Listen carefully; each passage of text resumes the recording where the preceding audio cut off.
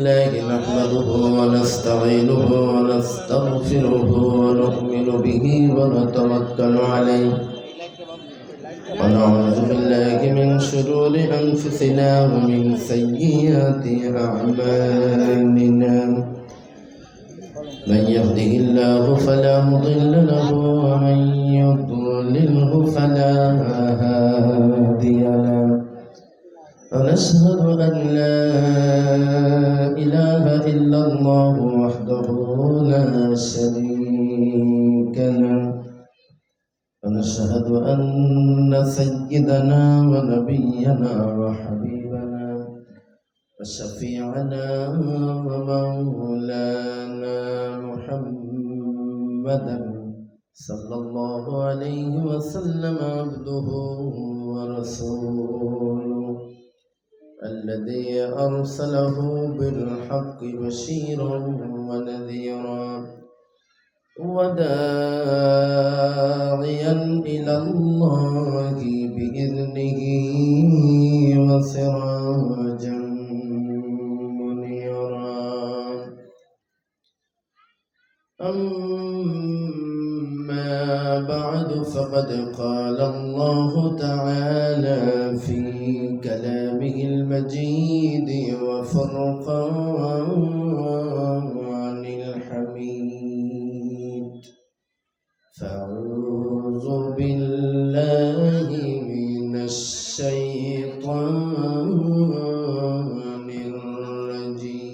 الرجيم بسم الله الرحمن الرحيم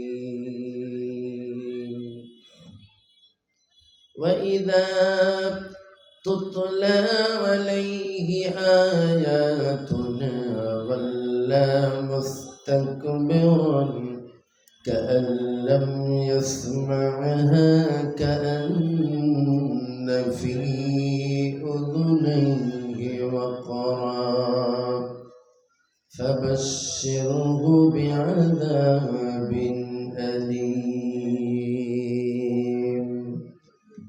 قال النبي صلى الله عليه وسلم كل مولود يولد على الفطرة فأبواه يهودانه أو ينشرانه أو يمجسانه كمثل البهيمة تنتج البهيمة هل ترى فيها جدعا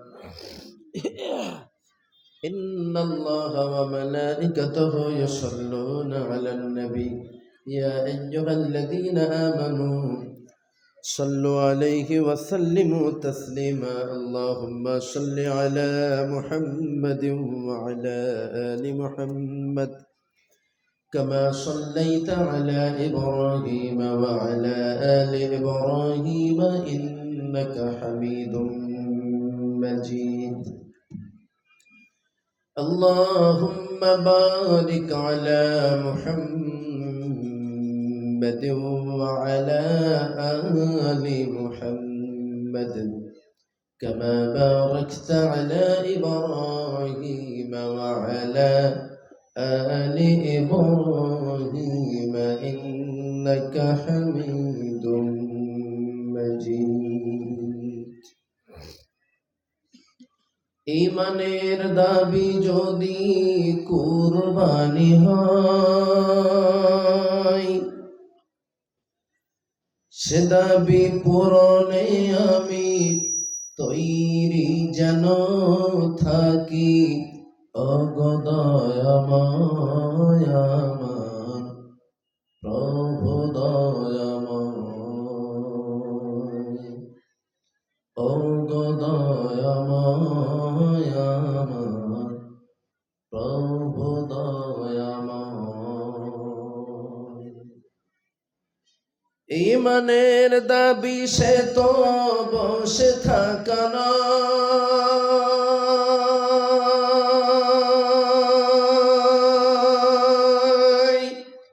ঈমানের দাবি হলো কিছু বিনিময়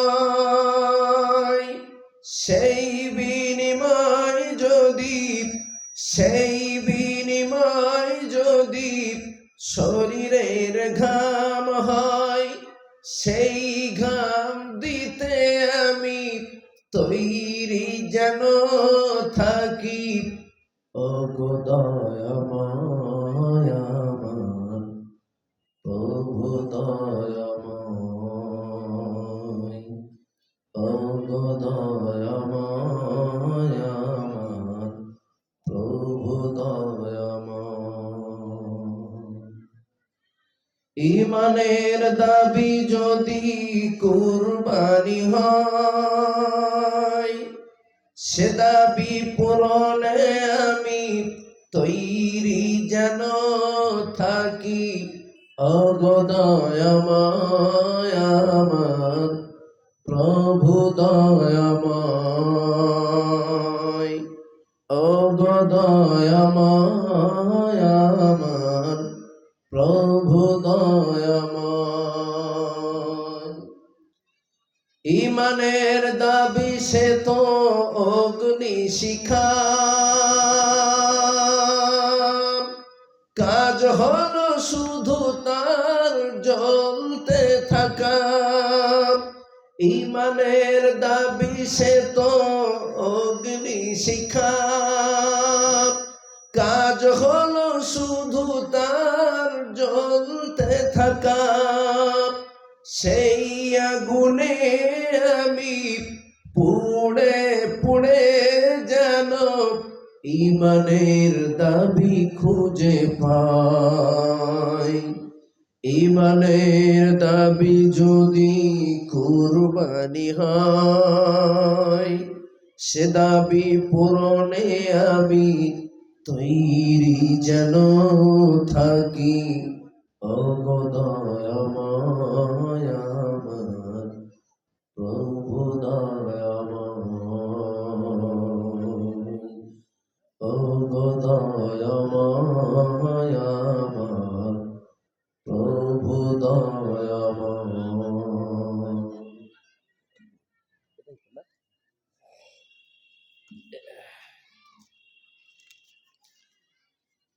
কাউবামান ঈদগাহ ময়দান, হরিশ্চন্দ্রপুর থানার অন্তর্গত মালদা জেলার এই বিরাট ধর্মীয় জলসা পরিচালনাকারী শ্রদ্ধেভাজন সভাপতি সাহেব, মঞ্চ উপবিষ্ট কর্তৃপক্ষের মনোভূত অন্যান্য ওলামা হজরত, অতিথিবৃন্দ, সম্মুখে উপবিষ্ট সারি তাজ বৃত্ততুল্লামান আমরা জানে না, সমবয়স্ক বন্ধুবর্গ, স্নেহের কুচি কুচি বাচ্চারা, আড়ালে আবডালে বসে মাইকের মাধ্যমে আমার কণ্ঠের আওয়াজ শুনছেন এলাকার অত্যন্ত স্নেহময়ী মমতাময়ী আবেদা সালিহা ধার্মিকা মা ও বোনেরা, সকলকে আন্তরিক মোবারকবাদ জানিয়ে শুরু করছি গুনাহগার আবুল কালাম আজাদ আমার মুখতাসার বক্তৃতা। তবে তার পূর্বে মহান স্রষ্টা আল্লাহ রাব্বুল আলামিনের দরবারে মন প্রাণ উজাড় করে উচ্চ আওয়াজে একটু কালিমাতে শুকরিয়া জ্ঞাপন করি, বলি সকলে আলহামদুলিল্লাহ। কি আশ্চর্য ব্যাপার, এতগুলা মানুষ আল্লাহর হামদ গুজারি করবো, প্যান্ডেল কাঁপবে তো আওয়াজ করছেন না কেন? আল্লাহর নামে শুকুর গুজারি, এটা অন্য কারোর নামের নয়। একটু উচ্চ আওয়াজে বলেন আলহামদুলিল্লাহ। আসলে আজকে আমার শ্রোতাগুলো মনে হয় বড্ড ভিআইপি শ্রোতা, এরা সহজে ঠোঁট নাড়ে না। সেই সাথে সাথে সরকারে আলাম আশরাফুল আম্বিয়া সৈয়দুল মুরসালিন রাহমাতাল লিল আলামিন, নবিকুলের শিরোমণি মা আমিনার নয়নের মনির প্রতি অসংখ্য দূর। এ ভাই, তুমি কি চালাও এটা? তাহলে এরকম হচ্ছে কেন? হ্যাঁ, সেট না হয় সেট করো। এটা আবার কথা হলো, ইন্টার ওয়ার্ল্ডে যত কট আছে সব যে কোনো মাইক্রোফোনে লাগবে।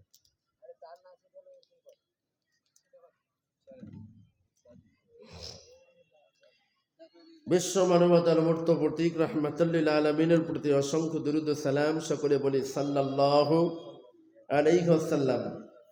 প্রিয় বন্ধুবর্গ, কোরআনে কারিম থেকে ছোট্ট একটা আয়াতে কারিমা আমি আপনাদের সম্মুখে পাঠ করেছি। পারা নম্বর 21, পৃষ্ঠা নম্বর 11, সূরার নাম সূরা লোকমান, আয়াত নাম্বার 4। এই আয়াতে কারিমা আল্লাহ সুবহানাহু ওয়া তাআলা বিশ্ববাসীকে সতর্ক করবার জন্য রাসূলকে অর্ডার করেছেন।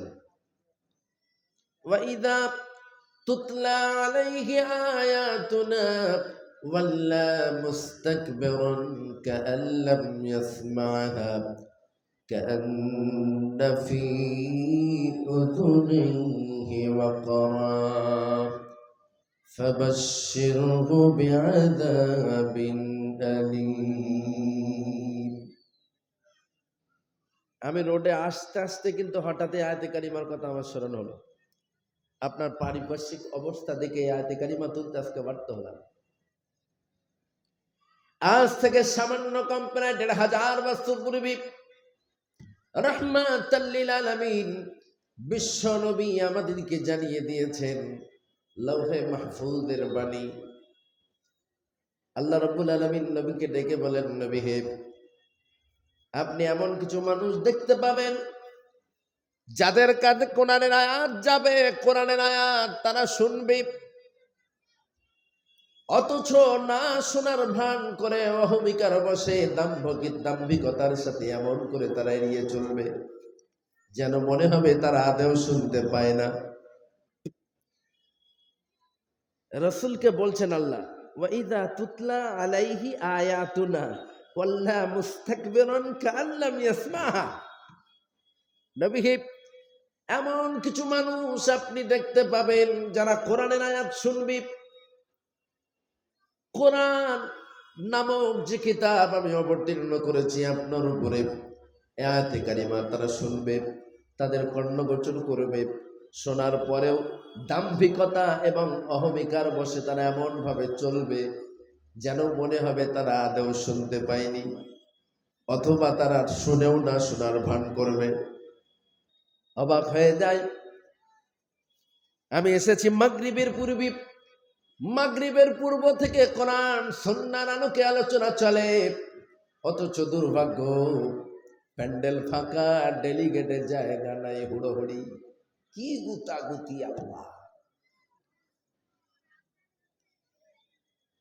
মানুষ খাবে আর সব কেটে পড়বে না। আস্তে আস্তে এগুলা এইভাবে যে চলছে মনে হয় আর বেশি দিন চলবে না। প্রায় ১৫০০ বছর পূর্বে আমরা জানতে পারলাম, কোরআন আমাদেরকে জানিয়ে দিয়েছে কোরআনের আয়াত শোনার পরে যে বাজারা এটাকে অ্যাভয়েড করে চলবে, শুনেও না শোনার ভান করবে, তাদের সম্পর্কে আল্লাহ বলছেন, নবী হে, আপনি তাদেরকে শুনিয়ে দিন, ওয়াল্লা মুস্তাকবিরান কাআল্লাম ইয়াসমা'হা, যারা কোরআনের আয়াত শুনেও না শোনার ভান করে দাম্ভিকতার সাথে যারা চলে যায়, ফাবাশশিরহু বিআযাবিন আলীম, তাদের মরতে দেরি আছে, কবরের আযাব গ্রেফতার করতে দেরি করবে না। ও মুসলমান ভাইয়েরা, ১৫০০ বছর ধরে কোরআন নিয়ে গবেষণা করলাম, ১৫০০ বছর ধরে বিশ্ব নবীর আদর্শের উপরে আমরা আদর্শিত হতে চেষ্টা করলাম, কিন্তু রেজাল্ট এটাই, বর্তমান সমাজের মুসলমানদের চারিত্রিক দৃশ্য দেখলে আদৌ মুসলমান বলে মনে হয় না। তবে মাশাআল্লাহ মালদা জেলার মুসলমানের অনেক ভালো, আমার উত্তর ২৪ পরগনা জেলার মুসলমানদের কথা বলছে, আপনারা আবার মাইন্ড টাইন করবেন না। অপরিচিত রাস্তা যদি তাড়াতাড়ি দেন, কোথায় গিয়ে হুমড়ি খেয়ে পড়বো তার ঠিক ঠিকানা নাই, বুঝলেন না? মুসলমানদের দেখলে বোঝাই যায় না যে এরা মুসলমান। মুসলমানের ছেলেরা মদ খেয়ে রাস্তায় চলে, হিন্দু ভদ্র মহোদয় দেখে বলে, তুমি মুসলমান, তোমার চরিত্র তো এমন হওয়ার ছিল না, কারণ তোমাদের নবীর জীবন ইতিহাস আমি পড়েছি, মুসলমানের চরিত্র তো এতটা নিম্নগামী হতে পারে না, হিন্দু ভদ্র মহাদয়গণ মুসলমানদেরকে আজকে ক্রিটিসাইজ করে, তিরস্কার করে, ঘৃণা করে। ও আল্লাহর গোলাম, আজ আমি আপনাকে বলে গেলাম ১৫০০ বছর ধরে কোরআন গবেষণা করবার পরে মুসলমানদের পরিণতি যদি এমন হয়, আমি নিশ্চিত আগামী দিনে আমাদের কুত্তা ঠাঙাবে, রদ করার কেউ থাকবে না, কোনো সন্দেহ নেই। শুরু হয়ে গিয়েছে।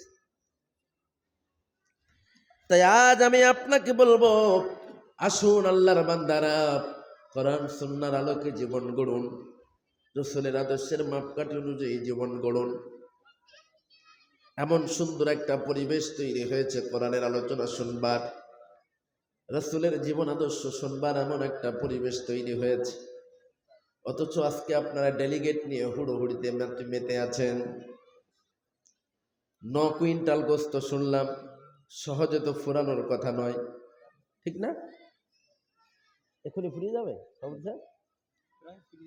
প্রায় ফুরিয়ে আসছে। আল্লাহ আকবার, ৯ কুইন্টাল গরু খেয়ে ফেলেছেন। এমনিতে তারা বলবে আমাদের দেবতা সব শেষ করে ফেলে দিচ্ছে। মুসলমান ভাইয়েরা আমার, ভাবতে অবাক লাগে, কলিজা ফেটে যায়। ১বিংশ শতাব্দীতেও আজকে আমরা এতটা পিছিয়ে ধর্মিয়াতের বিপরে কোরআন সুন্নাহর আলো থেকে এতটাই বিচ্ছিন্ন হয়ে গেছি। আর জাস্ট ৫ ওয়াক্ত নামাজ সংক্রান্ত বিষয় নিয়ে যদি যুবককে প্রশ্ন করা হয়, বলে হুজুর ব্যস্ত আছি, বলে হুজুর আমার আব্বু ডাকছে পরে আসবো। ৫ ওয়াক্ত নামাজের উপরে কথা বলতে পারে না এমন মুসলমান সমাজে আছে না নাই? অথচ আল্লাহ রাব্বুল আলামিনের হাবিব বলছেন, কুল্লু মাউলুদিন ইউলাদু আলাল ফিতরা ফাআবাওয়াহু ইউহাউবিদানিহি আও ইউনাসসিরানিহি আও ইউমাজ্জিসানি কামাসালিল বাহিমাতি তুনতাজুল বাহিমা হাল তারা ফিহা জাদআ। রাওয়াহুল বুখারী। হযরত আবু হুরায়রা রাদিয়াল্লাহু তাআলা আনহু হইতে বর্ণিত সহিহ বুখারী শরীফের হাদিস পাঠ করলাম। আল্লাহর নবী বলেন, প্রত্যেকটা মানব শিশুকে রব্বুল আলামিন আল্লাহ ফিতরা দিয়েই পাঠিয়েছেন, রুবুবিয়্যাতের স্বীকৃতি দিয়েই পাঠিয়েছেন, আল্লাহকে রব বলে চিনিয়ে তারপরে দুনিয়াতে পাঠিয়েছেন। হিন্দু হোক, মুসলিম হোক, জৈন হোক আর খ্রিস্টান হোক, প্রতিটা মানব শিশুকে আল্লাহ রাব্বুল আলামিন রুবুবিয়্যাতের স্বীকৃতি দিয়েই দুনিয়াতে পাঠিয়েছেন, আল্লাহকে চিনিয়েই পাঠিয়েছেন, রুকু সিজদার ট্রেনিং মাতৃগর্ভে দিয়েই পাঠিয়েছেন। ও মুসলমান ভাইরা, পক্ষান্তরে বলা যেতে পারে আপনাকে যে ক্যাটাগরি ও কোয়ালিটি দিয়ে আল্লাহ রাব্বুল আলামিন দুনিয়াতে পাঠিয়েছেন, আজ মঞ্চের সভাপতি সাহেবকেও সেম কোয়ালিটি ও ক্যাটাগরি দিয়ে পাঠিয়েছেন। আমি আবুল কালাম আজাদ, আমাকেও সেম ক্যাটাগরি ও কোয়ালিটি দিয়ে দুনিয়াতে পাঠিয়েছেন। এলাকার গণ্যমান্য ব্যক্তি আরো যারা আছেন নাম জানি না, তাদেরকেও সেম ক্যাটাগরি ও কোয়ালিটি দিয়ে আল্লাহ পাঠিয়েছেন। অথচ একটু কম্পেয়ার করে দেখুন, কেউ বা উচ্চ আসনে বসে সভাপতির আসনে আলোকিত হয়েছেন, আর কেউ বা বিচুনির উপরে গড়াগড়ি খাচ্ছেন, কেউ বা আবার ডেলিগেটে গুতুগুতি করছে। What is this? কেন? রাসূল বলছেন একই রকম কোয়ালিটি ও ক্যাটাগরি দিয়ে আমি পাঠিয়েছি, কিন্তু এক একজনের অবস্থান এক এক রকম কেন? সমাজে এমন অনেক নিচ্চল আছে, মদ খেয়ে বাড়িতে আসে, বাবাকে যদি বলা হয় অমুক দিন দেখলাম তোমার ছেলেটা মদ খেয়ে মাতলামো করে রাস্তার উপরে, বাবা কপাল কিলায় আর বলে কি করব, কপালের দোষ, বলে না? ছেলে চুরি করতে যেয়ে ধরা পড়েছে, ইলেকট্রিক পোস্টারের সঙ্গে বেঁধে মারে। প্রতিবেশী এসে তার বাবাকে বলে, ও মুখের বাবা, তোমার ছেলে চুরি করতে যেয়ে ধরা পড়ে গেছে, দেখলাম ইলেকট্রিক পোস্টারের সঙ্গে তাকে বেঁধে টাঙাচ্ছে। চোরের বাবা একটাই কথা বলবে, কি করব, কপালের দোষ। বাড়ির উপযুক্ত মেয়ে স্কুলে যাওয়ার নাম করে অপরিচিত এক সুন্দর যুবকের হাত ধরে পার্কে ঘরে, প্রতিবেশী যদি এসে বলে, অমুকের বাবা, তোমার মেয়েকে দেখলাম অমুক পার্কে এক অচেনা ছেলেকে নিয়ে ঘরে। মেয়ের বাবা এক কথাই বলবে, কি করব, কপালের দোষ। আসলে কি তাই? কপালের দোষ দেওয়া মানে পক্ষান্তরে কাকে দোষারোপ করা? বলেন, আওয়াজ দেন, আওয়াজ দেন। কপালকে দোষারোপ করা মানে কাকে দোষারোপ করা? তা আল্লাহ আপনার কপালে ওই দিয়েছে, আমার কপালে এই দিল কেন? আপনি তো প্রশ্ন করতে পারেন। আল্লাহ আবুল কালাম আজাদের কপালে প্রধান মেহমান হিসাবে বক্তব্য দেওয়ার মতো শক্তি দিয়েছেন, আর আমার কপালে চটে বসার মতো শক্তি কেন দিলেন? আপনি তাহলে কিভাবে আহকামুল হাকিমিন? বলবেন না, বলবেন না? কোশ্চেন কালেও নয়। আল্লাহ রাব্বুল আলামিন প্রত্যেককে একই রকম কোয়ালিটি ও ক্যাটাগরি দিয়ে পাঠিয়েছেন। ফাআবাহু ইউহাউইদানিহি আও ইউনাশশিরুনিহি আও ইউমাজ্জিসানি। এখন প্রশ্ন জাগতে পারে অটোমেটিক্যালি, হুজুর একই রকম কোয়ালিটি ও ক্যাটাগরি যদি দিয়ে আল্লাহ পাঠাবেন, তাহলে আপনি কেন প্রধান মেহমানের আসলে আর আমি কেন চটের উপরে? এর জবাব হলো, আল্লাহ নবী বলেন, ফাবাহু ইউহাউইদানিহি, আল্লাহর রুবুবিয়্যতের স্বীকৃতি দিয়েই পাঠিয়েছেন বাটি।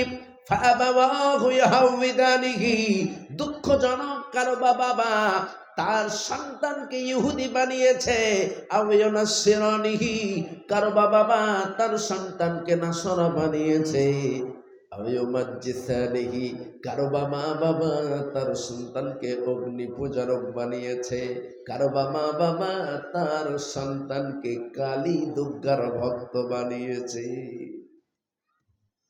দোষ আল্লাহর নয়, দোষ আমাদের। আমরা যারা বাবা মা, আমাদের দোষ।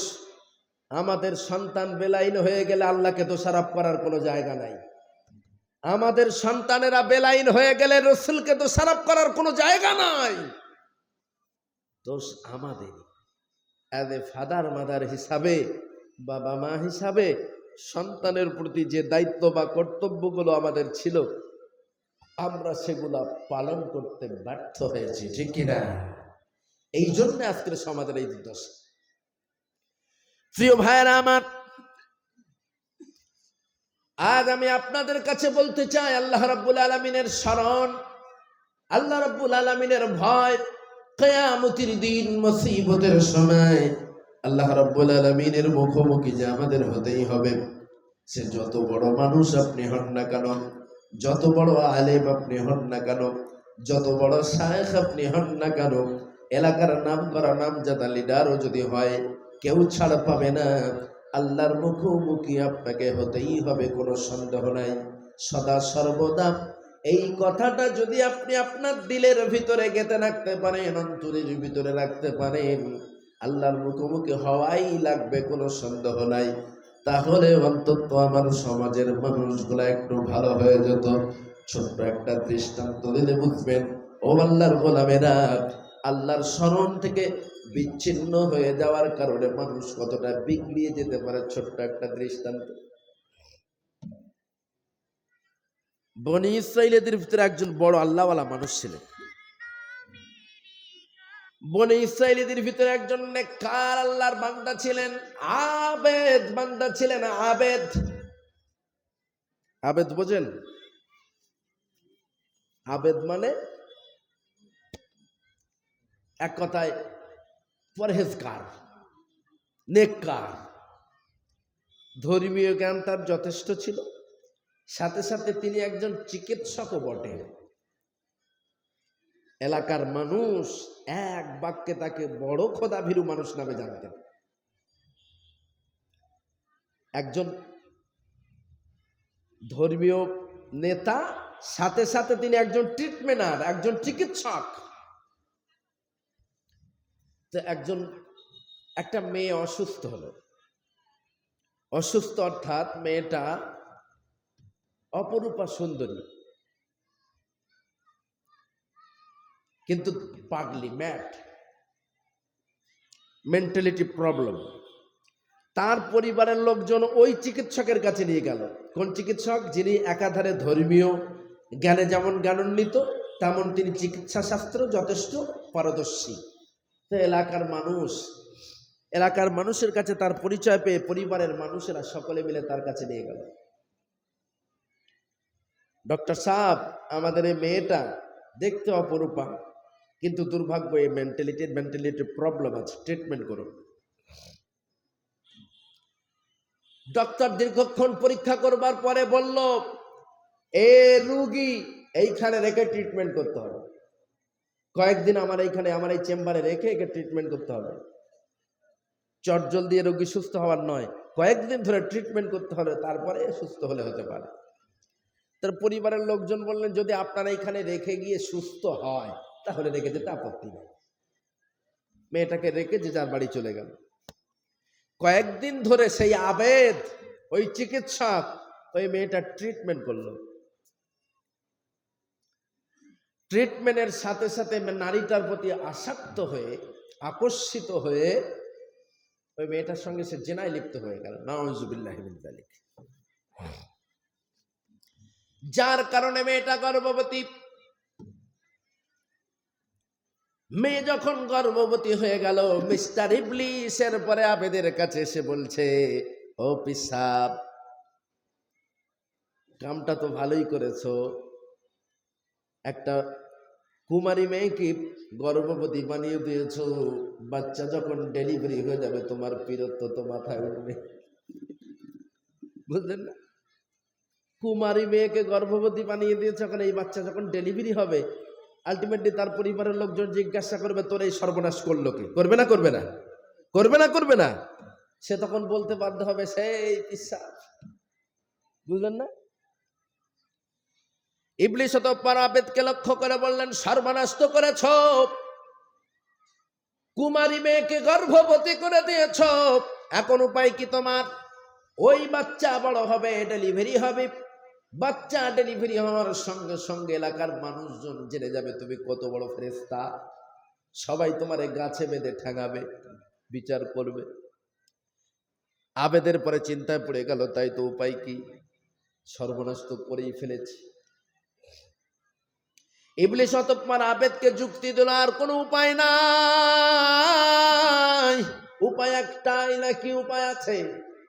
ইমিডিয়েটলি তোমার ঘরের ভিতরে কবর খুঁড়ে মেয়েটাকে ওইখানেই দাফন করে দাও, হত্যা করে ওইখানেই দাফন করে দাও। আর না হলে ওই মেয়ের পেটের বাচ্চা যদি বড় হয়ে ডেলিভারি হয়, তাহলে তোমার বুজুর্গি চলে যাবে, মানুষ তোমার চামড়া তুলে দেবে। আবেদ মনে মনে ভাবলো, তাই তো, যদি এ মেয়ে বেঁচে থাকে তাহলে তো আমার সর্বনাশ হচ্ছে। ইবলিসের কথা মতো ওই পাগলি মেয়েটাকে আবেদ হত্যা করল, নিজের ঘরের ভিতরে কবর দিয়ে দিল। মনে মনে ভাবলো, ঝামেলা চুকে গেছে। ওদিকে কয়েকদিন পর পাগলির পরিবারের লোকজন তাদের রোগীর খোঁজ খবর নেওয়ার জন্য আসে। পূর্বেই বলেছি, এলাকার মানুষ তাকে যথেষ্টই সম্মান করতেন। একজন আবেদ, ধর্মীয় নেতা, কন্ডাক্টর, সবাই তাকে যথেষ্ট রেসপেক্ট করতেন। এ পাগলির পরিবারের মানুষেরাও তাকে যথেষ্ট রেসপেক্ট করতেন। এসে জিজ্ঞাসা করলেন, আমাদের পেশেন্ট কোথায়? বলে, সে তো কবে মারা গিয়েছে, তোমাদের সঙ্গে কন্ট্রাক্ট করার চেষ্টা করলাম, পারলাম না, যোগাযোগ করার চেষ্টা করলাম, পারলাম না, কাজেই আমি নিজেই তাকে কবর করে দাফন করে দিয়েছি।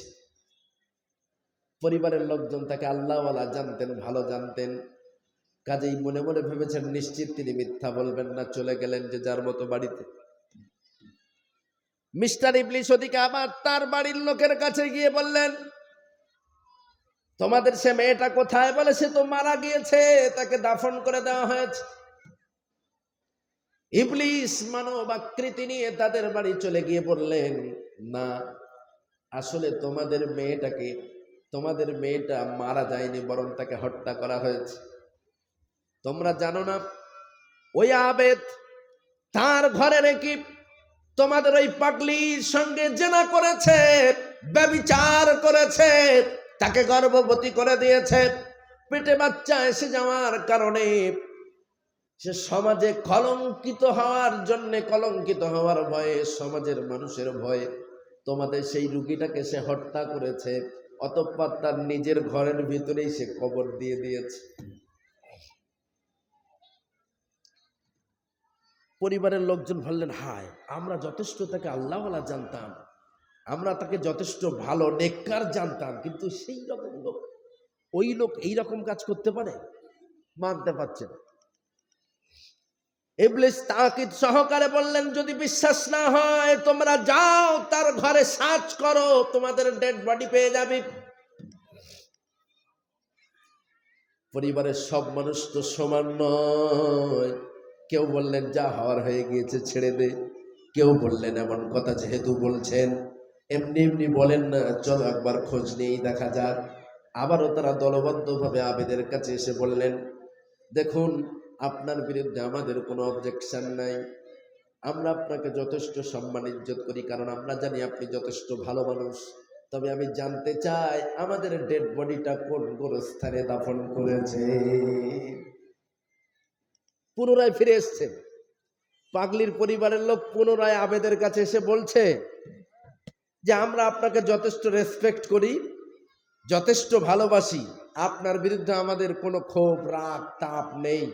তবে আমরা জানতে চাই আমাদের রুগীটাকে কোন গোরস্থানে দাফন করেছেন। যখনই বলেছেন আমতা আমতা কয়েকদিন আগের কবর তো, নূতন কবরটা কোথায় আমরা একটু দেখতে চাই। একজন কথা গোপন করেন, আর একজন ঘরের মেঝের মাটি নখ দিয়ে খোঁচড়ায়। যত খোঁচড়ায় তত আলগা মাটি পায়। সন্দেহ আরো বেড়ে যায়, বেশি করে খোঁচড়ায়, যত খোঁচড়ায় আলগা মাটি পায়, মাটি বেরিয়ে আসে। পরিবারের লোকজনের আর বুঝতে বাকি নাই, ও আল্লাহর ওলি, আপনার এ ঘরটা তো দীর্ঘদিনের পুরানো ঘর, কিন্তু এ ঘরের মেঝে টাইট হওয়ার কথা ছিল, ফ্লোরটা টাইট হওয়ার কথা ছিল, এত লুজ কেন? ওঠাও মাটি।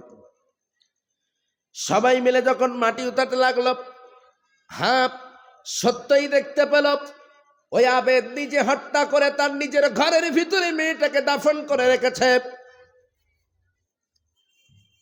যেহেতু সম্মানী মানি ব্যক্তি, পরিবারের মানুষ কেউ কিছু বলল না, সকলেই বেরিয়ে চলে আসলো বাইরের লোকজনের কাছে বিচার সালিশ দেওয়ার জন্য।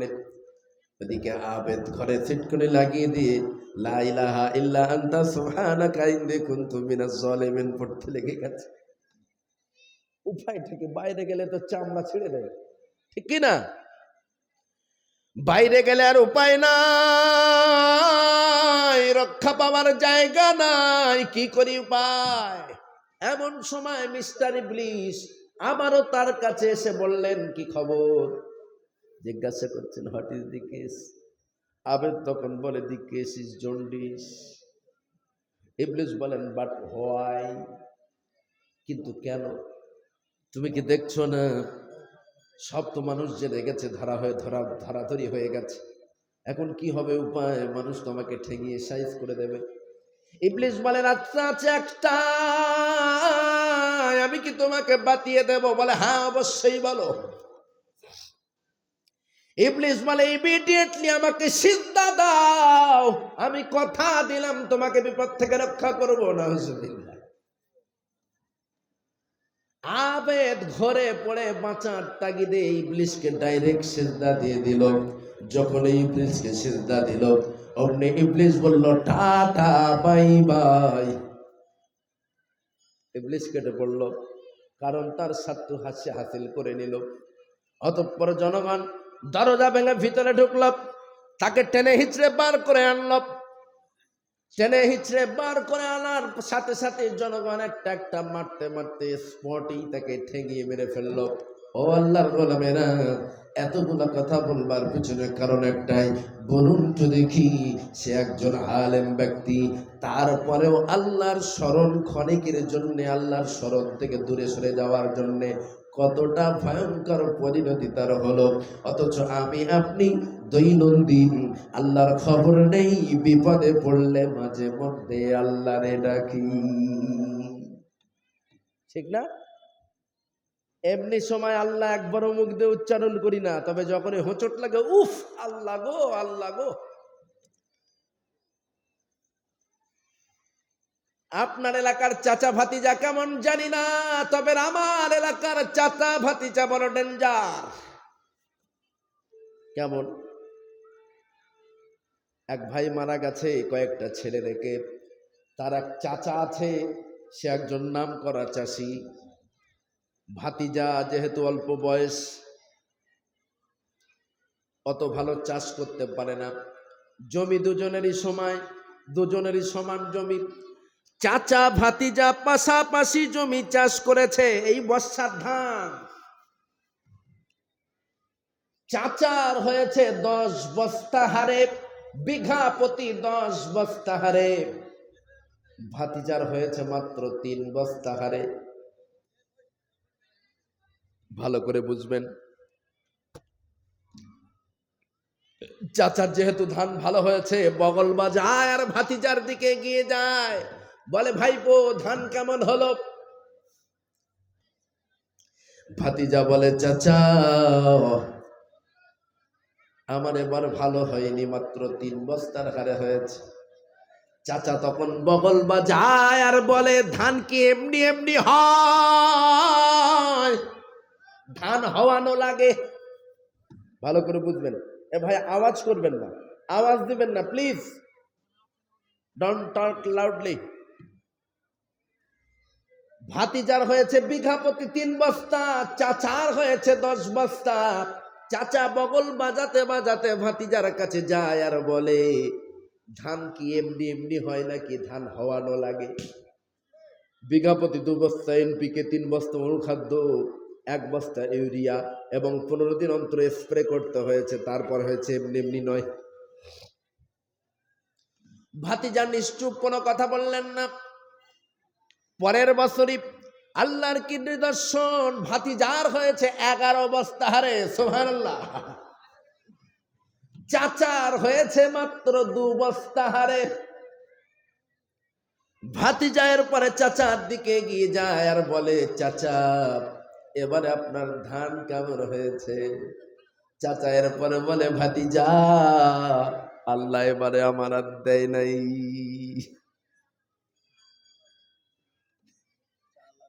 আল্লাহ দেয় নাই, বলে আল্লাহ এবার আর আমার দেয় নাই। দেয় নাই যখন তখন কে? আল্লাহ। আর হয়েছে যখন আমি করিয়েছি। এমনি এমনি হয়েছে, হইয়ে নিতে হয়েছে। এই হচ্ছে আমাদের চরিত্র। ও আল্লাহর গোলাম, আজ আমি আপনাদের কাছে বলে যাই, আল্লাহর কসম, আল্লাহর কসম, রব্বুল আলামিন আল্লাহ আমাদের মাঝে এমন কিতাব দিয়েছেন বিশ্ব নবীর মারফতে। এই কালামুল্লাহ শরীফকে যদি আপনি বুকে জড়িয়ে নিতে পারেন, নবীর আদর্শের মাপকাঠি অনুযায়ী যদি চলতে পারেন, আল্লাহর কসম, আল্লাহর কসম, এমন কোন ইঁদুর বাদর পৃথিবীর মানচিত্রে নাই যারা মুসলমানদের নিয়ে ফুটবল খেলতে পারে। মুসলমানদের পদধূলি নিয়ে কপালে তিলক দেবে। শুধু আমাদের চলাচলতির কারণে আজকের আমাদের এই দুর্ভাগ্য। আজ আমাদের ফুটবলের না ইউজ করে এবিসি এনিহাউ, যে কোন রাজনৈতিক দল মুসলমানদেরকে লেটেল বাহিনী হিসাবে ব্যবহার করে। তবে মালদার যুবকেরা ভালো, এরা অত রাজনৈতিক ঝান্ডা নেয় না। আমার 24 পরগনার যুবকদের কথা বলছি, কেউ বা সিপিএম, কেউ বা তৃণমূল করতে, যে ভাই বড় ভাইয়ের মাথায় লাঠি মারে, বাপ বেটার মাথায় কুড়ুল মারে, বেটা বাপের মাথায় শাবল চড়ায়, মুসলমানদের হাতে তুলে দেয় মদ আর গরুর গোস্ত, বলে খা, ইচ্ছা মতো খা, ভোটের সময় হাতে লাঠি ধরিস। পা দুখানে এগিয়ে দাও যুবক, তোমাদের পা জড়িয়ে ধরে বলে গেলাম ননে ভার, কোশ্চিন কালেও নয়, ওই কাজে যেও না। তোমাকে তারা এমএলএ বানাবে না, তোমাকে তারা এমপি বানাবে না, তোমাকে তারা উচ্চ পদস্থ মন্ত্রী বানাবে না, বরং তোমাকে তারা লিটল বাহিনী হিসাবে ব্যবহার করবে। তুমি লিটল বাহিনী তাদের, তুমি জুতো মোচা তাদের। তাই বলি আল্লাহর গোলামেরা, দিন আনা দিন খাওয়া হোক আপত্তি নাই। 3 দিন রাজনীতি করতে যে, পার্টির নেতাদের দালালি ও চামচাগিরি করতে যে হারাম ইনকামের জন্য আপনি আপনার ভাইকে মারবেন না, ভাইয়ের বিরুদ্ধে গালি দেবেন না। কারণ আপনি জানেন না, আপনার নামের পাশে যখন জোহর বাদ এলান হবে মসজিদে, ভাই সাপ অমুক সাপ জোহর বাদ এমন করে যখন এলান হবে, আপনার খাটিয়া আপনার এমএলএ এমপিরা বহন করবে না, বরং আপনার খাটিয়া বহন করবে আপনার প্রতিবেশী। সেই জন্য প্রতিবেশীর সঙ্গে ভালো সম্পর্ক রাখুন, ভাই ভাইয়ের সম্পর্ক রাখুন। অবশ্যই অবশ্যই একটু বই পুস্তক পড়ুন। বাল্যকাল থেকে ছেলেদেরকে স্কুলে পাঠশালায় পড়ান, ছেলের হাতে কলম তুলে দেন, বই তুলে দেন, পুস্তক তুলে দেন। আপনার ছেলেটাকে অন্তত একটু চোখ ফুটে বেড়াতে শিক্ষা দেন। ভাতের অভাব হবে না, ভাতের অভাব হবে না। সেন্ট্রাল গভর্নমেন্ট বলুন আর স্টেট গভর্নমেন্ট বলুন, আপনার ছেলেকে চাকরি না দিলেও আপনার ছেলের ভিতরে যদি একটু জ্ঞান থাকে, যদি একটু শিক্ষা থাকে, আপনার ছেলের ভাতের অভাব হবে না। যেহেতু ভাতের মালিক আমার আল্লাহ, ঠিক না? ভাত দেওয়ার মালিক কে? বিশ্বাস আছে তো? ভাত দেওয়ার মালিক কে? আমরা আল্লাহর কথা অনুযায়ী চলবো তো ইনশাআল্লাহ? কোরআনী আইন অনুযায়ী চলবো তো? রসুলের আদেশের মাপকাঠি অনুযায়ী চলবো তো? আরে আওয়াজ দেন না কেন, ভয় লাগছে নাকি? কেমন চলি একটু বলেন তো? লিল্লাহে তাকবীর।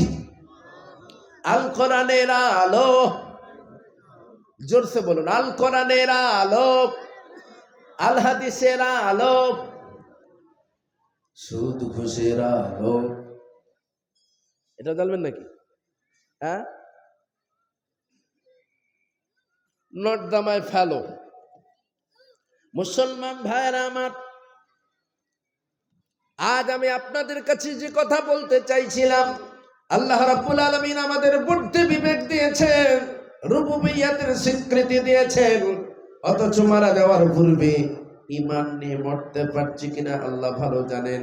আশ্চর্য ব্যাপার, অথচ তদানীন্তন সময়ে বিশ্ব নবীর হাতে হাত দিয়ে ইসলাম কবুল করবার সাথে সাথে সাহাবায়ে কেরাম রিদওয়ানুল্লাহ তাআলা আলাইহিম আজমাইন গণগুলো, কেউ বা 10 বছর, কেউ বা 5 বছর, কেউ বা 1 মাস, কেউ বা 2 মাস রাসূলের সান্নিধ্যে আসার পরে তাদের নিজেদের জীবনগুলোকে এমন করে পরিবর্তন করে ফেলেছিলেন, তারা নিজেরা এক একটা এমন সোনার মানুষে পরিণত হয়ে গিয়েছিলেন।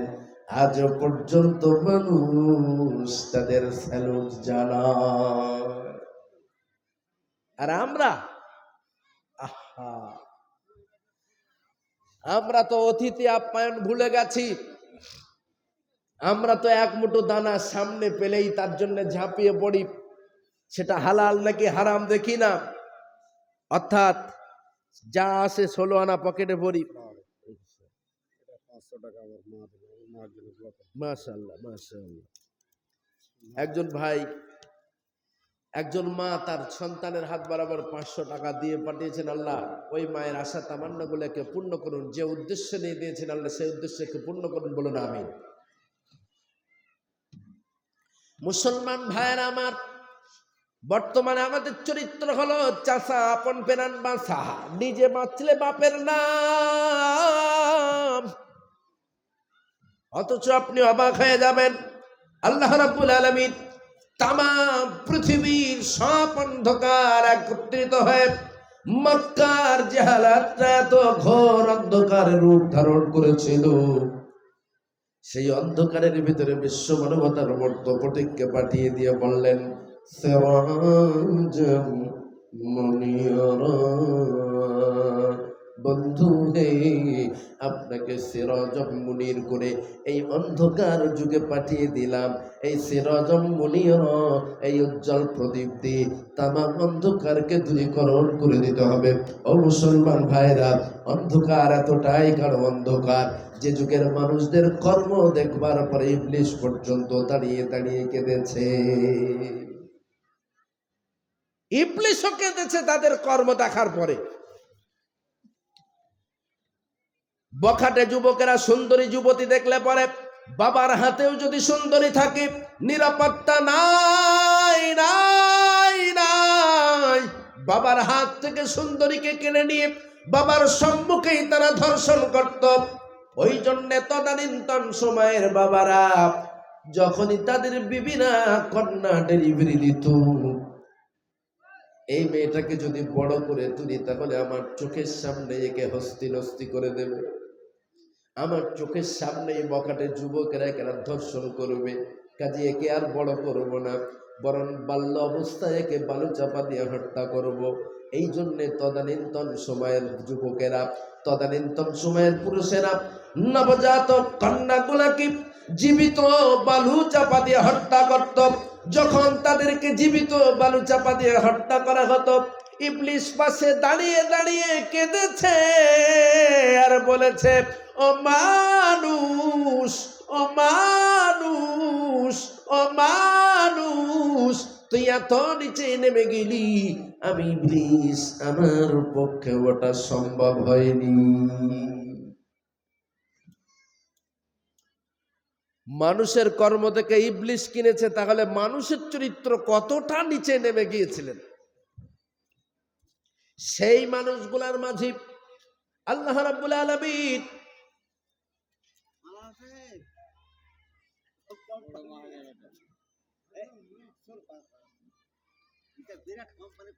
কি করেন ভাই, কি করেন? মানে বিল্ডার্সের দোকান? আপনি বিল্ডার্সের দোকানদারের 1000 টাকায় ভাই নাম নাম্বার যাবেন, অন্তত আর 1000 টাকা দেন, আর 1000 টাকা তখন দেন, আর 1000 টাকা দেন। 1000 টাকা দিয়ে গেল আমার এক যুবক ভাই, বড় ব্যবসায়ী সাইদুর রহমান, আল্লাহ তাকে আরো বেশি বেশি দান করার তৌফিক দান করুন বলুন আমিন। মুসলমান ভাইয়েরা আমার, সেই পথ হারা পথ ভোলা মানুষগুলাকে সঠিক পথের দিশা দিতে আল্লাহ রাব্বুল আলামিন রাহমাতাল লিল আলামিন কে আরবের মাঝে পাঠিয়ে দিলেন। আল্লাহ রাব্বুল আলামিন তার হাবিবকে পাঠিয়ে দিয়ে বললেন, আপনাকে দায়িত্ব দিলাম কটা? নবী হে, আপনার দায়িত্ব হলো ইন্না আরসালনাকা শাহিদান ওয়া মুবাশশিরান ওয়া নাযীরান ওয়া দা'iyan ইলাল্লাহি বিইذনিহি ওয়া সিরাজাম মুনীরা। চারটে দায়িত্ব দিয়ে আপনাকে পাঠালাম। শাহিদান, সাক্ষ্যদাতা স্বরূপ, আপনি আমার উম্মত, আপনি আমার বান্দাদের সাক্ষ্যদাতা। ওয়া মুবাশশিরান, সুসংবাদ প্রদানকারী। ওয়া নাযীরান, সতর্ককারী। ওয়া দা'iয়ান ইলাল্লাহি বিইذনিহি ওয়া সিরাজাম মুনীরা, এবং আপনাকে উজ্জ্বল প্রদীপ করে পাঠালাম। প্র্যাকটিক্যালি আপনি আমার বান্দাদেরকে দেখিয়ে দেন, বান্দারা কিভাবে আমাকে সিজদা দেবে, বান্দারা কিভাবে আমার জপ জিকির করবে, বান্দারা কিভাবে আমি স্রষ্টা আমাকে মানবে, প্র্যাকটিক্যালি দেখানোর জন্য আপনাকে সিরাজাম মুনীরা করে পাঠিয়েছি। বলুন সুবহানাল্লাহ। তো জাহালাতের যুগের মাঝে বিশ্ব নবী এসে মাত্র 23টি বছরের ব্যবধানে সমগ্র জাহালাতকে এমন করে দূরীকরণ করলেন, সমস্ত কবি সাহিত্যিক একই মত পোষণ করেছেন।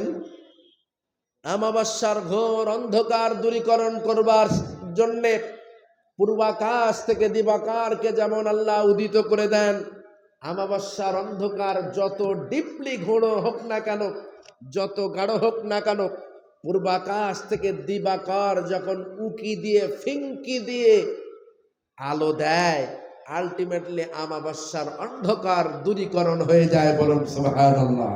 ঠিক তদ্রূপ আল্লাহ রাব্বুল আলামিন বিশ্ব নবীকে আরবের জাহালাতের যুগে পাঠানোর পরে মাত্র 23টি বছরের ব্যবধানে আরবের সব জাহালাত এমন করে দূরে সরে গেল, সর্বোপরি শেষ পর্যায়ে রাসূলের সাহাবীরা নিজে না খেয়ে অপরকে খাওয়ানোর জন্য ব্যস্ত হয়ে গেছে। বলুন সুবহানাল্লাহ। ছোট্ট একটা দৃষ্টান্ত। মক্কার মানুষগুলা সহজে ঈমান না আনলেও, রাসূলকে মেরে ধরে মক্কা থেকে মদিনাতে তাড়িয়ে দিলেও মদিনার মানুষদের অন্তর খুবই নরম, খুবই ভালো। আজও যারা মক্কা মদিনায় গিয়েছেন বুঝতে পারবেন। আবাল বৃদ্ধ বনিতা, ছোট্ট থেকে বৃদ্ধা, যে কোনো মদিনাওয়ালুর সঙ্গে কথা বললে অন্তরে একটু রহমত, অন্তরে একটু আনন্দ জন্মায়। কিন্তু মক্কার মানুষগুলো যেন এখনো কঠোর কর্কশ মতো। বিশ্বনবী মদিনায়, তামাম মদিনায় ইসলাম প্রতিষ্ঠিত হয়ে গেছে, রাহমাতাল লিল আলামিন। মসজিদের নববীতে সালাতের জন্য দাঁড়াবেন, এমন সময় কে জানি পিছন দিক থেকে এসে আল্লাহর নবীকে ডেকে বললেন, ইয়া রাসূলুল্লাহ, নামাজে দাঁড়ানোর পূর্বে আমার একটা কথা একটু শুনবেন। আল্লাহর নবী বললেন, কে আপনি? বিশ্ব নবীকে লক্ষ্য করে বললেন, ইয়া রাসূলুল্লাহ, আপনি আমাকে চিনতে পারবেন না, আমি অনেক দূর থেকে আপনার কাছে এসেছি, তবে আমি পূর্বে ঈমান এনেছি, ইসলাম কবুল করেছি। আমি আপনার কাছ থেকে মাসলা মাসাইল শিখবার জন্য, কোরআনের কিছু আয়াত শিখবার জন্য এসেছি, অনেকটা দূর থেকে এসেছি, আমার পকেটে পয়সা নাই, আমি বড় ক্ষুধার্ত, আমি মদিনার কোন মানুষের কাছে খাবার চাইব, এই দুর্ভিক্ষের দিনে তার বাড়িতে খাবার আছে না নাই তা তো আমার জানা নাই, এই জন্য আমি মদিনার কোন মানুষের কাছে খাবার চাইতেও সাহস পাই না। ইয়া রাসূলুল্লাহ, এত ক্ষুধা আমার লেগেছে, আমি আর পথ চলতে সক্ষম নই। ইয়া রাসূলুল্লাহ, আমি জানি আপনি আমাকে খানা না খাওয়াতে পারলেও অন্তত থাপ্পড় দেবেন না, কিন্তু এই দুর্ভিক্ষের দিনে মদিনার কোনো ক্ষুধার্ত মানুষের কাছে যদি আমি খাবার চাই, হয়তো বা রাগের বশে সে আমাকে চড় থাপ্পড় দিতে পারে, এই জন্য আমি আপনার কাছেই চাইছি। আল্লাহর পয়গম্বর সাহাবীকে লক্ষ্য করে বললেন, সাহাবী, অপেক্ষা করুন, নামাজের পরে ব্যবস্থা করছি। ইশার সালাতে দাঁড়িয়ে গেলেন আল্লাহর পয়গম্বর। সালাত শেষ করবার পরে সব সাহাবীদেরকে লক্ষ্য করে এলান করলেন, সাহাবী, ও সাহাবী, আমি বিশ্ব নবী বলছি তোমাদের, নামাজ শেষে চলে যেও না, আমার কথা আছে একটু শুনো। সব সাহাবী নামাজের পরে বাকি নামাজ আদায় করতে লাগলেন, চিন্তায় প্রেশান, আবার কি আল্লাহর পয়গম্বর কোন জিহাদের ঘোষণা দেবেন নাকি? এই দুর্ভিক্ষের দিনে পকেটে পয়সা নাই, মানুষের পেটে বল নাই, ঘরে খাবার নাই, আল্লাহর নবীকে আবার এখনই কোন জিহাদের ডাক দিবেন নাকি? সাহাবীরা চিন্তায়, টেনশন, পেরেশানিতে। নামাজ শেষে আল্লাহর পয়গম্বর সাহাবীদেরকে উদ্দেশ্য করে এলান করলেন, ও সাহাবীরা, নামাজের পূর্বে আমার এক সাহাবী আমার কানে কানে কেঁদে কেঁদে বলেছেন, ইয়া রাসূলুল্লাহ, আমি অনেকটা দূর থেকে এসেছি ক্ষুধার্ত অবস্থায়, আমি বড় ক্ষুধার্ত, আমার পকেটে পয়সা নাই। ইয়া রাসূলুল্লাহ, মদিনার কোন মানুষের কাছে খাবার চাইবো সাহস আমার হয় না।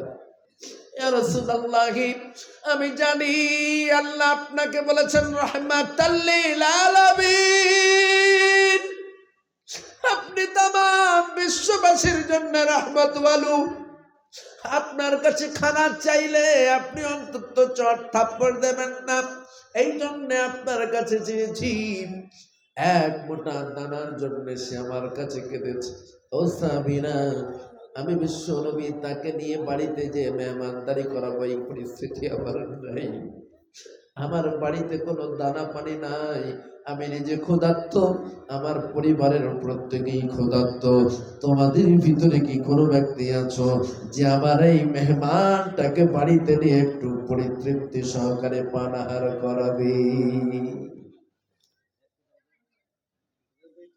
রাসূলুল্লাহ এমন করে যখন এলান করলেন, চোখের পানি ছেড়ে দিয়ে যখন কাঁদতে কাঁদতে বললেন, আবেগ আপ্লুপ্ত হয়ে হযরত আবু তালহা রাদিয়াল্লাহু তাআলা আনহু ডুকরিয়ে কেঁদে উঠে বললেন, ইয়া রাসূলুল্লাহ, না না না,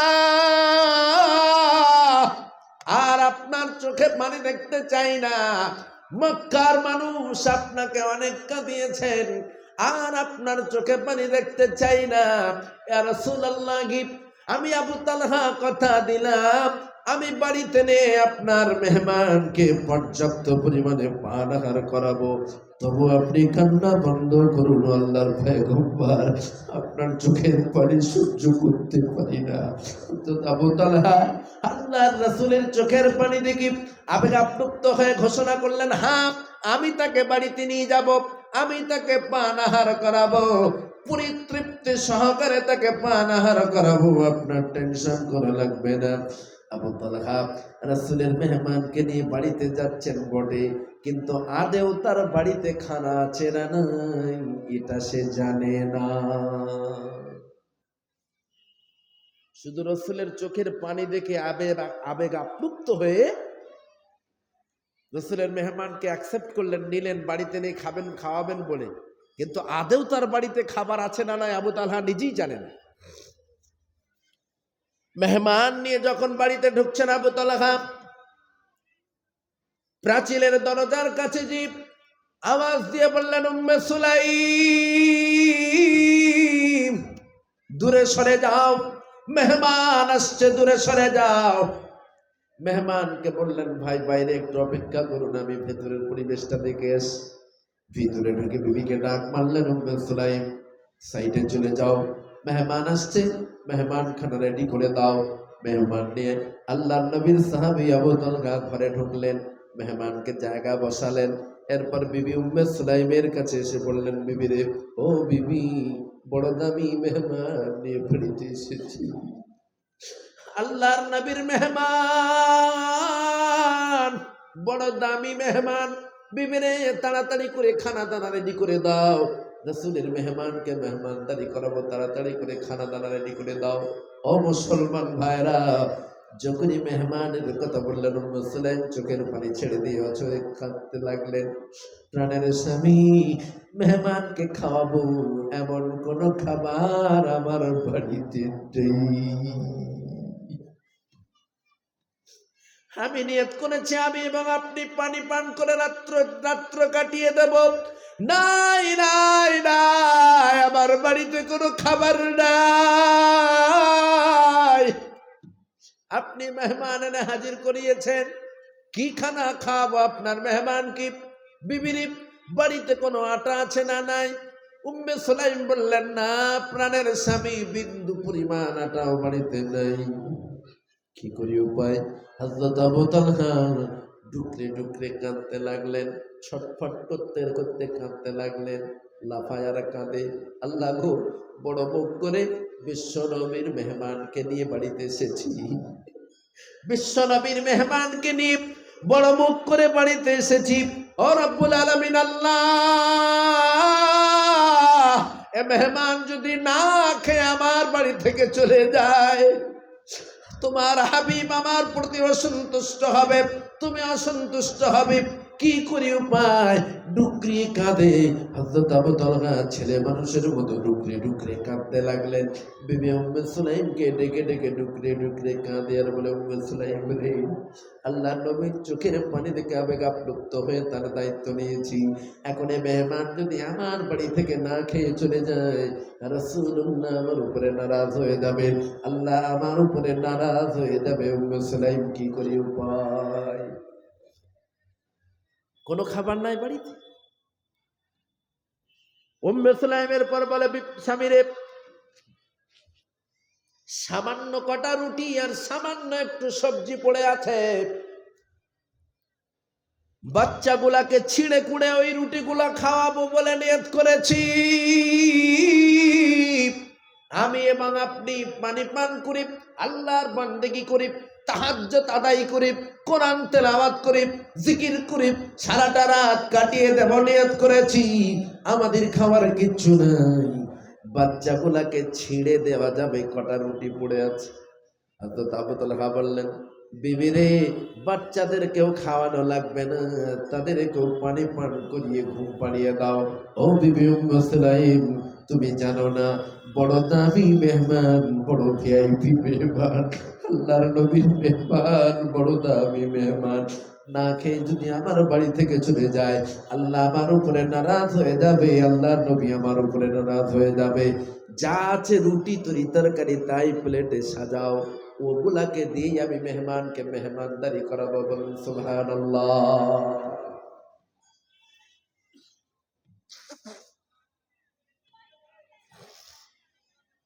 যে কটা রুটি ছিল একটা প্লেটে তোলা হলো, সবজি যা ছিল একটা পেয়ালায় তোলা হলো। হযরত আবু তালহা সেগুলাকে নিয়ে মেহমানের কাছে যাবেন। এমন সময় উম্মে সুলাইম স্বামীকে ডেকে বলেন, প্রাণের স্বামী, সব ঠিক আছে, রুটি তরি তরকারি যা ছিল আমি কুড়িয়ে দিলাম, আপনি নিয়ে চলে যাচ্ছেন, কিন্তু একটা বিষয় কি ভেবে দেখেছেন? কোন বিষয়? প্রাণের স্বামী, আপনি যখন এই প্লেটটা নিয়ে মেহমানের সম্মুখে চলে যাবেন, মেহমান তো আলটিমেটলি আপনাকে বলবে, অটোমেটিক্যালি আপনার বলবে, ভাই আপনার প্লেটটাও আনুন, একসঙ্গে দুজনে খাবো। বলবে না? বলবে না? স্বাভাবিক। বাড়িতে কুটুম আসলে যখন কুটুমকে ভাত দেওয়া হয়, ভাই আপনারটা আনেন না, দু ভাই একসঙ্গে খাই, বলে না? বলে না? আমরা না বললে রসুলের মেহমানরা, রসুলের সাহাবীরা বলতেন। উম্মে সুলাইম আবু তালহাকে ডেকে বলে, প্রাণের স্বামী, যা রুটি তরি তরকারি ছিল একটা প্লেটেই ভর্তি হয় না, কোন ক্রমে একটা প্লেটে দিয়ে দিলাম, এগুলা নিয়ে আপনি যখন মেহমানের কাছে যাবেন, মেহমান যদি আপনাকে বলে, ভাই আপনার প্লেটটা মানুন, দুজনে একসঙ্গেই খাবো, তখন কি হবে উপায়? আবু তালহা মনে মনে ভাবলেন, হ্যাঁ এটা তো ঘটবেই। আমি যখন তার একা প্লেট নিয়ে তার কাছে যাব, অটোমেটিক্যালি তিনি আমাকে বলবে, ভাই আপনার প্লেটটা আনুন, একসঙ্গে দুজনেই খাবো, তখন তো বিপদে পড়ে যাব, কি হবে উপায়? আবারও কাঁদতে লাগলেন উম্মে সুলাইমের সম্মুখে আবু তালহা, ডুকরে ডুকরে বাচ্চা ছেলের মতো কাঁদেন, লাফায় আর কাঁদে, ও রব্বুল আলামিন, আল্লাহ, আমার বাড়ি থেকে রাসূলের মেহমান যদি না খেয়ে চলে যায়, আর কোনোদিন আমার বাড়িতে মেহমান আসবে না। এমন করে ডুকরে ডুকরে কাঁদতে লাগলেন। হঠাৎ করে আবু তালহার মনে একটা চিন্তা আসলো, উপায় একটা আছে। স্বামী স্ত্রী দুইজনের পরে যুক্তি করলো, বিবির লজিক একটা আছে। উম্মে সুলাইম বলে, কি লজিক? প্রাণের বিবি, আমি তার প্লেটটা নিয়ে যখন তার কাছে যাব, সে আমাকে আপনার প্লেট কই এ কথা বলবার পূর্বে আমি তার কাছে একটা প্রস্তাব দেব। কি প্রস্তাব দেবেন? আমি কেবলমাত্র তার প্লেটটা নিয়ে তার হাতে দেওয়ার পরে সঙ্গে সঙ্গেই তাকে বলবো, ভাই যদি কিছু মনে না করেন, তাহলে আলোটা একটু নিভিয়ে দিতাম, কারণ ল্যাম্পে তেল কম আছে। ল্যাম্পে তেল কম আছে, অন্ধকারে খেতে কষ্ট না হলে আলোটা নিভিয়ে দিতাম। আপনি খানার প্লেটটা কোলের কাছে নিয়ে বসুন, অন্ধকারে খান, আপনি আমি আলোটা বন্ধ করে দেব। এই প্রস্তাব আমি যখন তাকে দেব, নিশ্চয়ই তিনি না করবেন না। যথারীতি খানার প্লেটটা রাসূলের মেহমান কোলের কাছে নিলেন, অতঃপর বললেন, নো প্রবলেম, আপনি এরপরে ল্যাম্প বন্ধ করে দেন, অন্ধকারে খেতে আমার কোনো সমস্যা নেই। হাতে প্লেট দেওয়ার সঙ্গে সঙ্গে আলো বন্ধ করে দেওয়া হলো। এমন সময় রাসূলের মেহমান ডাক দিয়ে বলে, ও নবীর সাহাবী, আমি একা খাবো এটা তো মানা যায় না, আপনার প্লেটটা আনুন, একসঙ্গে দুজনেই পাশাপাশি খাবো। এমন করে আমি যখন তার সঙ্গে কন্টাক্ট করব, সে যখন আমার প্লেটটা আনতে বলবে, উম্মে সুলাইম রে, তুমি একটা খালি প্লেট অন্ধকারের মাঝে আমার হাতে দিয়ে দিও। আমি খালি প্লেট নিয়ে রাসূলের মেহমানের পাশে বসে বসে, রাসূলের মেহমান যত সময় খাবে, আমিও তত সময় খালি প্লেটে হাত নিয়ে, খালি হাতটা গালের ভিতরে নিয়ে খাওয়ার মতো চকুম চকুম আওয়াজ করব।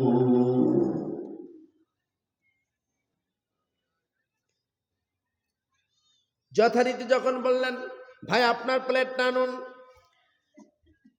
অমনি স্বামী স্ত্রী যেহেতু কন্ট্যাক্ট ছিল, যুক্তি ছিল আগেই, মুহূর্ত মধ্যে উম্মে সুলাইম একটা খালি প্লেট নিয়ে আবু তালহার হাতে দিয়ে দিলেন।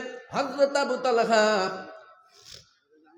যত সময় রাসূলের মেহমান বসে বসে খানা খেয়েছেন, তত সময় হযরত আবু তালহা খালি প্লেটে খালি হাত নিয়ে ওই খালি হাতটা গালের কাছে নিয়ে খাওয়ার মতো চকুম চুকুম আওয়াজ করেছে।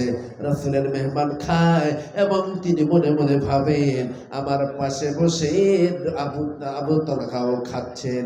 যখন রাসূলের মেহমানের খাওয়ার আওয়াজ বন্ধ হয়ে গেল, আবু তালহা আওয়াজ বন্ধ করে দিল। অতঃপর লাইটটা জ্বাললেন, আলোটা জ্বাললেন, বললেন ভাই এরপরে আপনাকে একটু শোয়ার ব্যবস্থা করে দিই, কারণ রাস্তা অনেক বাঘ ভাল্লুকের ভয় আছে, অনেক জন্তু জানোয়ারের ভয় আছে, এই গভীর রাত্রে আপনাকে একা ছাড়বো না। একসঙ্গে দুজনে মসজিদ নববীতে যাব, ফজরের সময় অপেক্ষা করুন, আমি জায়গা করে দিচ্ছি, নিশ্চিন্তে ঘুমিয়ে পড়ুন। আল্লাহর নবীর মেহমানকে ঘুমানোর জায়গা করে দিলেন। ফজরের ওয়াক্ত হয়ে গেল। সারাটা রাত আবু তালহা ও উম্মে সুলাইম স্বামী স্ত্রী দুজনেই তাহাজ্জুদে কাটিয়ে দিল। বলুন সুবহানাল্লাহ। ফজরের আজান হয়ে গেল। হযরত বেলাল আজান হাঁকলেন, আসসালাতু খায়রুম মিনান নাওম। অমনি আবু তালহা রাসূলের মেহমানকে আওয়াজ দিয়ে তুলে দেন আর বলেন, ও আল্লাহর গোলাম, ও রাসূলের মেহমান, ফজরের আজান হয়ে গেছে, উঠুন, নামাজ পড়বার জন্য চলুন, মসজিদে চলুন। হযরত আবু তালহা রাসূলের মেহমানকে সঙ্গে নিয়ে মসজিদে নববীর দিকে যাচ্ছেন। ও মুসলমান ভাইরা, আবু তালহা মসজিদে নববীতে যায়, ওদিকে আল্লাহর নবী তার আগেই মসজিদের চাতালের চতুর্দিকে ঘুরে আর টুকরে টুকরে কাঁদে। আবু তালহা রে কই, আমার আবু তালহা কই, কই আবু তালহা, কোথায় আমার আবু তালহা? কি এমন ব্যবহার করেছ আমার মেহমানের সঙ্গে? আল্লাহ রাব্বুল আলামিন তোমার শানে কোরআনে আয়াত নাযিল করে দিয়েছেন, ওয়াল্লাযীনা তাবাউউদ-দার ওয়াল ঈমান মিন ক্বাবলিহিম ইউহিব্বুনা মান হাজারা ইলাইহিম ওয়ালা ইয়াজিদুনা ফী সুদুরিহিম ইল্লা হাজাতাম মিম্মা উতু ويؤثرون على أنفسهم ولو كان بهم خصاصة। আবু তালহা রে কি এমন ব্যবহার করেছ আমার মেহমানের সঙ্গে? আল্লাহ তোমার প্রতি রাজি হয়ে, তোমার প্রতি খুশি হয়ে তোমার শানে কোরআনে আয়াত নাযিল করে দিয়েছেন। বলুন সুবহানাল্লাহ। ও মুসলমান ভাইরা, পেটে বল নাই, ঘরে খাবার নাই, তারপরেও আল্লাহর নবীর সাহাবীরা মেহমানদেরকে আপ্যায়ন করতে হয় কেমন করে সেটা ভালো জানতেন। ১৫০০ বছর ধরে আমরা গবেষণা করলাম তার উপরে, ১৫০০ বছর ধরে আমরা স্টাডি করলাম তার উপরে, অথচ বর্তমান সমাজে আজও আমাদের সমাজের মেহমানরা না খেয়ে পড়া। তাহলে রাসূলের আদর্শের মাপকাঠি আমাদের ভিতরে কতটা আছে বন্ধু? খোদা না করুন উম্মে সুলাইম না হয়ে, আবু তালহার বিবি উম্মে সুলাইম না হয়ে আমাদের ঘরের ফাতেমা রহিমারা যদি হতেন, কি অবস্থা হতো বলেন তো? কি অবস্থা হতো? ঘরে খাবার দাবার কিচ্ছু নাই, হঠাৎ রাত্রে একটা মেহমান ধরে নিয়ে বাড়িতে তুলে, বিবি হঠাৎ এক মেহমান এসে আমাকে বললো রাত্রে একটু আমার বাড়ি খানা দানা করবেন, অথচ বাড়ি হাট বাজার কিচ্ছু নেই। আমাদের বিবিরা কি করবে? কোন চিজ ঝাঁটা নিয়ে তাড়া করবে, এসো তোমার মেহমানেরও খাওয়াচ্ছি, তোমারেও খাওয়াচ্ছি।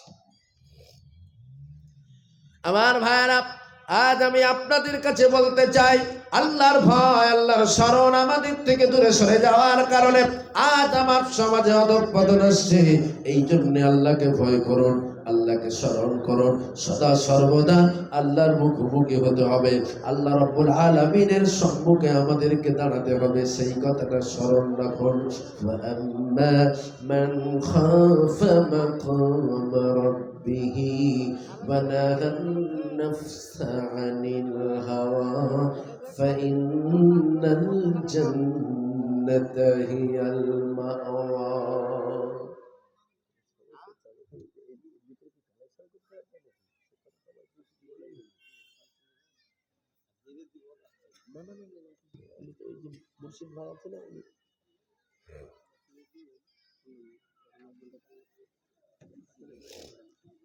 মুসলমান ভাইয়েরা আমার, যে কথা বলছিলাম, বর্তমান সময়ে আমরা এতটাই আল্লাহ থেকে বিচ্ছিন্ন হয়ে গেছি, আল্লাহ ভোলা হয়ে গেছি, আল্লাহ স্মরণ থেকে এতটাই দূরে সরে গেছি, সামনে যা আছে তাই খাই, মুখে যা আসে তাই বলি, হাতের কাছে যেটা পাই সেটাই খাই। অথচ আল্লাহ আমাদের জন্য একটা বিধিনিষেধ বেঁধে দিয়েছেন, যেটা সামনে পাবে সেটাই খেও না, যেটা মুখে আসবে সেটা বলো না। খাওয়া এবং বলার ব্যাপারে আল্লাহর পক্ষ থেকে একটা বিধিনিষেধ বেঁধে দেওয়া হয়েছে। পারা নম্বর 2, পৃষ্ঠা নম্বর 4, সূরার নাম সূরা বাকারা, আয়াত নাম্বার 172, 172। স্পষ্ট আল্লাহ বলছেন, ইয়া আইয়ুহাল্লাযীনা আমানু কুলু মিন তাইয়্যিবাতি মা রাযাকনাকুম واشكروا لله إن كنتم إياه تعبدون। হাতের কাছে যেটা পাবে সেটা খেও না, মুখে যা আসবে সেটা বলো না, খাওয়ার আগে দেখে খাও সেটা হালাল নাকি হারাম, বলার আগে ভেবে বলো সেটা হারাম নাকি হালাল। ভেবে চিনতে না বললে পাকড়াও হওয়া লাগবে। কেমন পাকড়াও? পারা নাম্বার 15, পৃষ্ঠা নাম্বার 2, সূরার নাম সূরা বনী ইসরাইল, আয়াত নাম্বার 13। চোখ যদি থাকে কোরআন খুলে দেখতে পারো, স্পষ্ট আল্লাহ বলেন, ওয়াকুল্লা ইনসানিন ألزمناه طائره في عنقه ونخرج له يوم القيامة كتابا يلقاه منشورا। প্রত্যেকটা মনুষ্য জাতির কণ্ঠনালীর কিনারে ঘাড়ে গর্দানে গ্রীবা দেশে। আবারও বলি, পারা নাম্বার 15, পৃষ্ঠা নাম্বার 2, সূরার নাম সূরা বনী ইসরাইল, আয়াত নাম্বার 13। কোরআন আছে, চোখ খুলে দেখতে পারো। স্পষ্ট আল্লাহ বলেন, ওয়াকুল্লা ইনসানিন আলজামনাহু তায়রাহু ফি উনুকি। প্রত্যেকটা মনুষ্য জাতির কণ্ঠনালীর কিনারে ঘাড়ে গর্দানে গ্রীবা দেশে মোস্ট পাওয়ারফুল একটা করে সিসি ক্যামেরা লাগানো আছে, সাথে সাথে একটা করে মোস্ট পাওয়ারফুল মেমোরি লাগানো আছে। সারাটা জিন্দেগি ওই বান্দা কতবার আল্লাহ বলে ডেকেছে,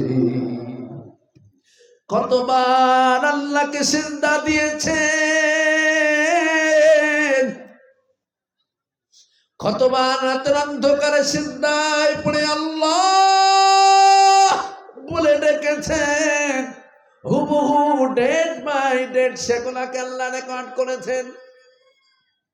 ঠিক তদ্রূপ রাতের অন্ধকারে এই জলসার দিনে জলসাকে কেন্দ্র করে বাড়িতে অনেক আপার আগমন ঘটে। ভাইয়ের শালি যদি থাকে তারাও আসে, খালাতো বোন, ফুফুতা বোন, মামাতো বোন যদি থাকে তারাও আসে। খালাতো বোন থাকলে বলে, খালামার বাড়ি জলসা হচ্ছে, যাই। খালাতো ভাইও একটা আছে, জমবে ভালো। ভাইয়ের শালি যদি থাকে দাওয়াত করা লাগবে না, এমনি এমনি চলে আসবে। কারণ শালি জানে ভাইয়ের একটা সুন্দর ভাই আছে। এই রাতের অন্ধকারে জালসার কাজ চলে, আর আপনি সাইডে আপনার ভাইয়ের শালিকে নিয়ে একাকী নেগেটিভ আলাপ আলোচনা করছেন। আল্লাহ বলেন, তোমার কণ্ঠনালীর কেনারে রাখা সিসি ক্যামেরার মাধ্যমে আমি আল্লাহ word by word, date by date প্রতিটা নেকি ও গোনাকে, প্রতিটা অন্যায়, প্রতিটা ন্যায়, প্রতিটা অন্যায়কে আমি আল্লাহ ডেট বাই ডেট রেকর্ড করে রাখছি। অনুখরিজু লাহু ইয়াউমাল কিয়ামতি, যেগুলাকে ওপেন করে দেব কিয়ামতের দিন, কিতাবান ইয়ালকাহু মানশুরা, একেবারে কিতাব আকারে।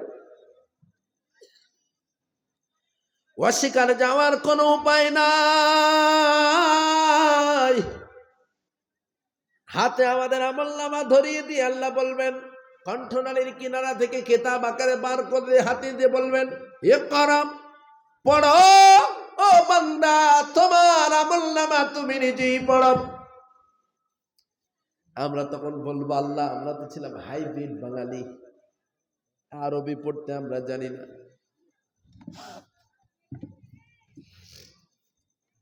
জাতিতে ছিলাম বাঙালি, আরবি জানি না, এ আরবি আমলনামা পড়তে পারবো না। আল্লাহ আবার বলবেন, ইকরা, পড়ো বান্দা পড়ো। আবার আমরা বাঙালিয়া বলবো, আল্লাহ পড়তে জানি না, আরবি পড়তে জানি না। তৃতীয়বার আল্লাহ আবারও প্রেসার দিয়ে বলবেন, ইকরা, পড়ো বান্দা, তোমার আমলনামা তোমাকেই পড়তে হবে। অতঃপর প্রতিটা হাসরবাসী একেবারে খালি ক্ষুধার ভীতি তাদের আমলনামাগুলা এমন করে গড় করে পড়তে লাগবে, শুনলে পরে মনে হবে প্রত্যেকেই আরবিতে এমএ করে বসে আছে। সুবহানাল্লাহ। নিজের আমলনামা নিজেকেই পড়া লাগবে। আজকে আমরা যারা রাতের অন্ধকারে মানুষের চক্ষুকে ফাঁকি দিই, অন্যায় অপকর্ম করি, মানুষের উপরে জুলুম করি, জেনা ব্যভিচার করি, মদ খাই, রাতের অন্ধকারে মিথ্যা বলি, নামাজ ছেড়ে দিই, পৃথিবীর কেউ জানে না। আল্লাহকে স্মরণ করুন, আল্লাহর গোলাম কোটি কোটি বিলিয়ন বিলিয়ন হাসরবাসী সকলকে আল্লাহ এমন করে সাজিয়ে দাঁড় করাবেন, সকলের সামনে আমাদের আমলনামাগুলোকে পড়তে হবে। আমি আবুল কালাম আজাদ, কত বড় আমার জুব্বা, কত উঁচু আমার টুপি, কত মানুষ আমাকে স্যালুট করে, এর কোনো বিচার হবে না। বরং আমার আমলনামাকে আমাকে নিজেকেই আপনাদের সম্মুখে পড়ে শোনাতে হবে। আমি যখন পাঠ করব আমার আমলনামা আমি পাঠ করব, আর হাসরের প্রতিটা মানুষ শুনবে। আপনাদের আমলনামাও আপনারা পাঠ করবেন, প্রত্যেকটা মানুষ আপনাদের আমলনামাকে শুনবেন। এমন করে আল্লাহ হাসরবাসীদেরকে বিচারের দিনে সাজাবেন, দাঁড় করাবেন। প্রত্যেকটা মানুষের বিচার ব্যবস্থা প্রত্যেকটা মানুষ দেখতে পাবে। বলুন সুবহানাল্লাহ। আচ্ছা, এটা কি আল্লাহ পারবে? পারবেন? এটা সম্ভব? মাত্র 2-4 লাখ মানুষ যদি একত্রিত হয়, আমরা দূরের মানুষ দেখতে পারি, তাহলে এটা কিভাবে পারবেন? আল্লাহ কিভাবে পড়বেন? যারা স্টেডিয়ামের ভিতরে ঢুকে খেলা দেখেছেন তারা বুঝতে পারবেন। আজকে ইডেন গার্ডেনে খেলা হয়ে গেল বাংলাদেশ আর পাকিস্তানের। আসার সময় কলকাতা স্টেশনে দুজন বাংলাদেশি একসঙ্গে হোটেলে বসে পুরি খেলাম। তাদের কথা থেকে আমি বুঝতে পেরেছিলাম বাংলাদেশি। তাদের সঙ্গে কথা গোপনের পর জানতে পারলাম আজকের ভারত পাকিস্তানের আমাদের কলকাতা ইডেন গার্ডেনে খেলা আছে। তো ইডেন গার্ডেনে যারা খেলা দেখেছেন তারা বুঝতে পারবেন, এখন তো দর্শক আসন কমে গেছে, আগে ছিল 90,000। 90,000 মানুষ ইডেন গার্ডেন্সে বসে খেলা দেখতে পারতো। ধাপে ধাপে এমন করে গ্যালারিটা তৈরি করা। তা আমার আল্লাহ চাইলে ওইভাবে ঠিক সুন্দর করে হাসরবাসীদের প্রত্যেকের বিচার দেখার ব্যবস্থা করে দিতে পারেন না? হ্যাঁ কিনা বলুন, পারেন না? সন্দেহ হচ্ছে, তাই না? সন্দেহ হচ্ছে, তাই তো। একটা দুটো তো লোক নয়, আল্লাহ পারবেন কিভাবে? নাউযুবিল্লাহি মিন যালিক। আল্লাহর ইচ্ছার বাইরে যাওয়ার কোনো উপায় আমাদের যেমন নাই, আমার আল্লাহ যেটা ইচ্ছা তাই করেন, বলুন সুবহানাল্লাহ। আল্লাহ সুবহানাহু ওয়া তাআলা যেটা চান সেটাই করেন। তাই আজ আমি আপনাদের কাছে বলতে চাই, আল্লাহর ভয় সদা সর্বদা অন্তরে রাখুন। আল্লাহর ভয় থেকে এক সেকেন্ডের জন্য যদি আপনি বিচ্ছিন্ন হয়ে যান, জানবেন ওই এক সেকেন্ডটাই ইবলিস আপনাকে বেঈমান করে দেওয়ার জন্য যথেষ্ট হয়ে যাবে। ওই একটা সেকেন্ডেই, যদি একটা সেকেন্ড আল্লাহর স্মরণ থেকে আপনি বিচ্ছিন্ন হয়ে যান। দেখলেন না ওই বনি ইসরায়েলের আবেদের কথা বললাম, যেমন তেমন মানুষ নয়, যথেষ্ট ইলম ওর তার ছিল। ইবলিসেরও কম এলেম নেই, তারও যথেষ্ট এলেম ছিল, তারপরেও তারা লানত প্রাপ্ত। তাই আজ আমি আপনার কাছে বলতে চাই, ও আল্লাহর গোলামেরা, আজ আপনি আপনার মেয়েকে, সুন্দরী মেয়েকে, উপযুক্ত বালেগা মেয়েকে রাস্তায় যখন বার করবেন, কেন তার সৌন্দর্যকে উন্মোচিত করে বার করে দেবেন? আপনি জানেন না বর্তমান যুগের বখাটে যুবকেরা আপনার মেয়ের দিকে তাকিয়ে বিভিন্ন রকম টিটকারি ক্রিটিসাইজ করে। আর সেটা করুক বা নাই করুক, কোরআন আপনাকে কি বিধান দিচ্ছে? পারা নম্বর 22, পৃষ্ঠা নম্বর 1, সূরার নাম সূরা আহজাব, আয়াত নম্বর 32 ও 33। সূরা আহজাবের 32 ও 33 নম্বর আয়াতের ব্যাখ্যা দেখে নেন। আপনি আপনার সুন্দরী মেয়েকে উন্মোচিত করে রোডে পাঠিয়ে দিচ্ছেন। পথ চলতি যুবক, পথ চলতি মানুষ যখন আপনার মেয়েটার সৌন্দর্যকে দেখছে, আলটিমেটলি প্রত্যেকটা মানুষের ভিতরে আপনার মেয়ে সম্পর্কে একটা ক্ষুধা সৃষ্টি হচ্ছে।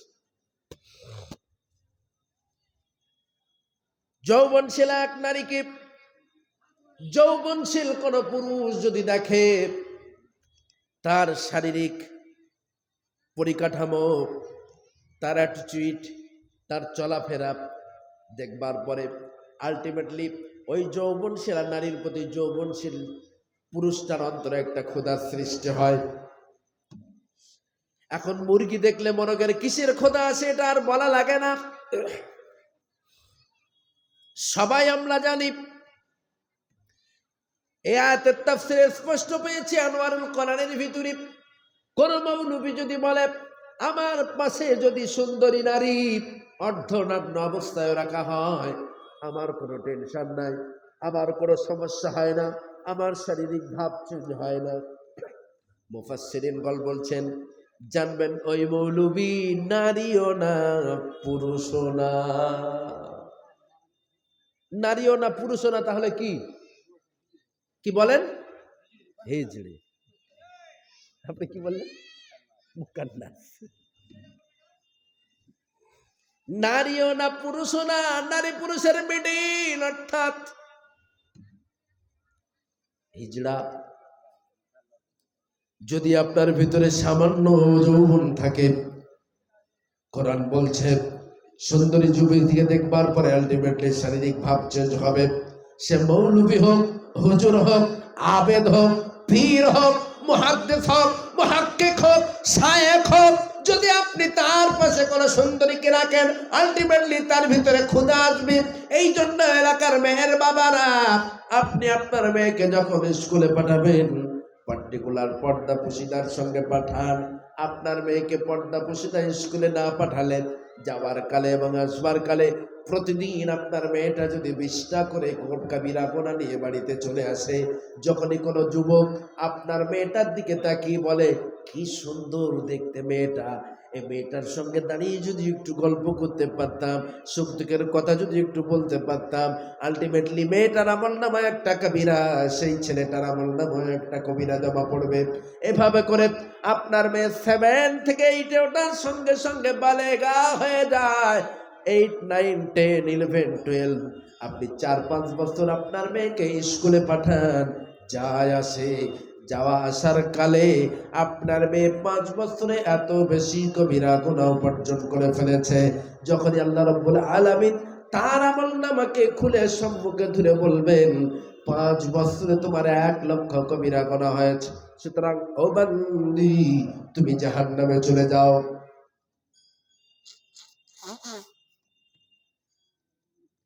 তখন আপনার মেয়ে বলবেন রব্বানা,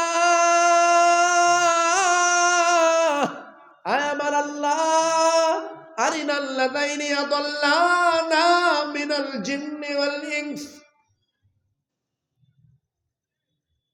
পারা নম্বর 24 পৃষ্ঠা নম্বর 19 সূরার নাম সূরা হামিম সিজদা আয়াত নম্বর 29। স্পষ্ট আল্লাহ বলবেন জিনের অধীনস্থে যারা আছে তারা জিনদেরকে ডাকবে, ইনসানদের অধীনস্থে যারা আছে তারা ইনসানদেরকে ডাকবে। অর্থাৎ আমাদের সন্তানেরা আমাদেরকে ডাকবে, জিনের সন্তানেরা জিনদেরকে ডাকবে। ডেকে বলবে ও রব্বুল আলামিন, ডাকো আমার আব্বাকে, ডাকো আমার মাকে, ডাকো আমার বড় ভাইকে। কারণ আব্বা মরে গিয়েছিল, বড় ভাইয়ের অধীনে আমি লালিত পালিত হয়েছিলাম। কেউ বা বলবে ডাকো আমার স্বামীকে, কারণ আমার স্বামী আমাকে বেপরদায় ঘুরতে সাহায্য করেছিল। এমন করে কেউ বা তার বাবাকে, কেউ বা তার স্বামীকে, কেউ বা তার বড় ভাইকে ডাকবে। ডাকার পর আল্লাহ রাব্বুল আলামিনকে বলবেন রব্বানা, আয় আমাদের আল্লাহ, আরিনাল লাযাইনি আদাল্লানা মিনাল জিন্নি ওয়াল ইনস নাজআলহুমা তাহতা আকদামিনা লিয়াকুনা মিনাল আসফালিন। আমি আমার আব্বুর অধীনস্থে দুনিয়াতে ছিলাম, আমি নামাজ ছেড়েছি, আব্বু আমাকে বাধা দেয় নাই, আমি বেপরদায় করেছি, আব্বু আমাকে থাপ্পড় মারে নাই। যেহেতু আব্বুর অধীনস্থে আমি দুনিয়াতে ছিলাম, আজ যদি আমাকে জাহান্নামে যাওয়া লাগে, আমার আব্বুকে আমার সম্মুখে এনে দিতে হবে। নাজআলহুমা তাহতা আকদামিনা, আমি আমার আব্বুকে পদদলিত করব, পায়ে লগড়াবো, তারপরে জাহান্নামে যাব, তার পূর্বে নই। কিছু আল্লাহ গোপন রাখেনি, সবকিছুকে ওপেন করে দিয়েছেন। তারপরে হে সমাজের সোনার চাঁদ যুবক বন্ধুরা, কেন আজ আপনারা পথভোলা? কেন আজ আপনারা পথভোলা? প্যান্ডেলে যা মানুষ আছে, আমার ধারণা প্যান্ডেলের বাইরে 4 গুণ মানুষ আছে, প্যান্ডেলের 2 গুণ মানুষ ডেলিগেটের এখানে আছে, বেশি আছেন। সাহেব বলছেন বেশি আছে। যাই বা হোক, আমি আপনাদের প্রত্যেকের দৃষ্টি আকর্ষণ করছি। ও সোনা বন্ধুরা, ও সোনার যুবকেরা, আজ আছি কাল থাকবো না। কোথায় থাকবো কে জানে? হয়তো বা আজকে আপনাদের এখানে এত চিল্লিয়ে চেঁচিয়ে কথা বলে যাচ্ছি, আগামীকাল আমার নামের পাশে এলান হয়ে যাবে আবুল কালাম আজাদ জোহরবাদ। নিশ্চয়তা তো নেই। ওই জন্য বলে আজ আছি কাল থাকবো না রে, যাব চলে আপন ঘর। কি খেয়েছো, কোথায় আছে, রাখবে না কেউ খোঁজ খবর। প্রিয় ভাইয়েরা আমার,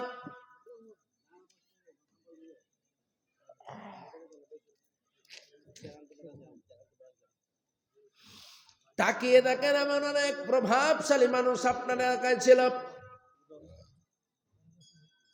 তারা একেবারে নীরব নগর গোরস্থানে শুয়ে আছে। কি অবস্থায় আছে? এই আমটা ঠান্ডার দিনে তার ঠান্ডা লাগছে কিনা কেউ খোঁজ নেয় না। তার ছেলে মেয়েরাও একবারও কবরের পাশে যায় না। কেমন আছো বাবা বলে খোঁজ নেয় না। ঠিক তেমনি আপনাকেও যেতে হবে, আমাকেও যেতে হবে। যাওয়ার পূর্বে যদি পরকালের পথে যথাযথ সংগ্রহ না করেন, বিশ্বাস করুন আল্লাহর গোলাম, কত বড় শায়েক আপনি, তার উপরে বিচার হবে না। কত বড় নামাজি আপনি, তার উপরে বিচার হবে না। কতটা রাত্র জেগে জেগে আপনি ওয়াজ শুনেছেন, তার উপরে বিচার হবে না। কতটা ধর্মসভায় আপনি গিয়েছেন, জালসায় গিয়েছেন, তার উপরে বিচার হবে না। বরং বিচার হবে আপনার আমলের উপরে, আপনার নেক আমলের উপরে। কতটা আমল আপনি করেছেন, আল্লাহর আদেশ নিষেধ কতটা মান্যতা দিতে পেরেছেন। এভাবে করে আমাকে আপনাকে প্রত্যেককেই যেহেতু যেতে হবে, যাওয়ার পূর্বে আমরা অন্তত পক্ষে নিজেদেরকে সংযত করি, আমরা নিজেদেরকে কোরআন সুন্নাহর আইন ও কানুন অনুযায়ী পরিচালনা করতে শিখি। যদি আমরা কোরআনের মাপকাঠি অনুযায়ী চলতে পারি, রাসূলের আদর্শের মাপকাঠি অনুযায়ী চলতে পারি, আবারও আপনাকে বলি না, কোনদিন আপনি অনাটানের মধ্যে থাকবেন না। কারণ আল্লাহ আপনাকে প্রতিশ্রুতি দিয়েছেন, বান্দা পৃথিবী আমার নয়, জমিন আমার নয়, পৃথিবীতে যত জীবজন্তু জানোয়ার আছে আমার নয়, সব আমি তোমাকে দিয়ে দিলাম। সূর্য তোমার, চন্দ্র তোমার, গ্রহ তোমার, নক্ষত্র তোমার, পৃথিবীতে যত জীবজন্তু আছে সব তোমার। বিনিময় তুমি একটা বার আমাকে আল্লাহ বলে সেজদা দিয়ে তুমি আমার, এই কথাটা স্বীকার করো বান্দা। একমাত্র তুমি আমার বান্দা, তুমি আমার, বিনিময়ে তামাম পৃথিবী তোমার। বলুন সুবহানাল্লাহ। এই ভাই আজকে আসতে যে কলিকাতা 1 লিটার পানি নিলাম 20 টাকা নিলাম।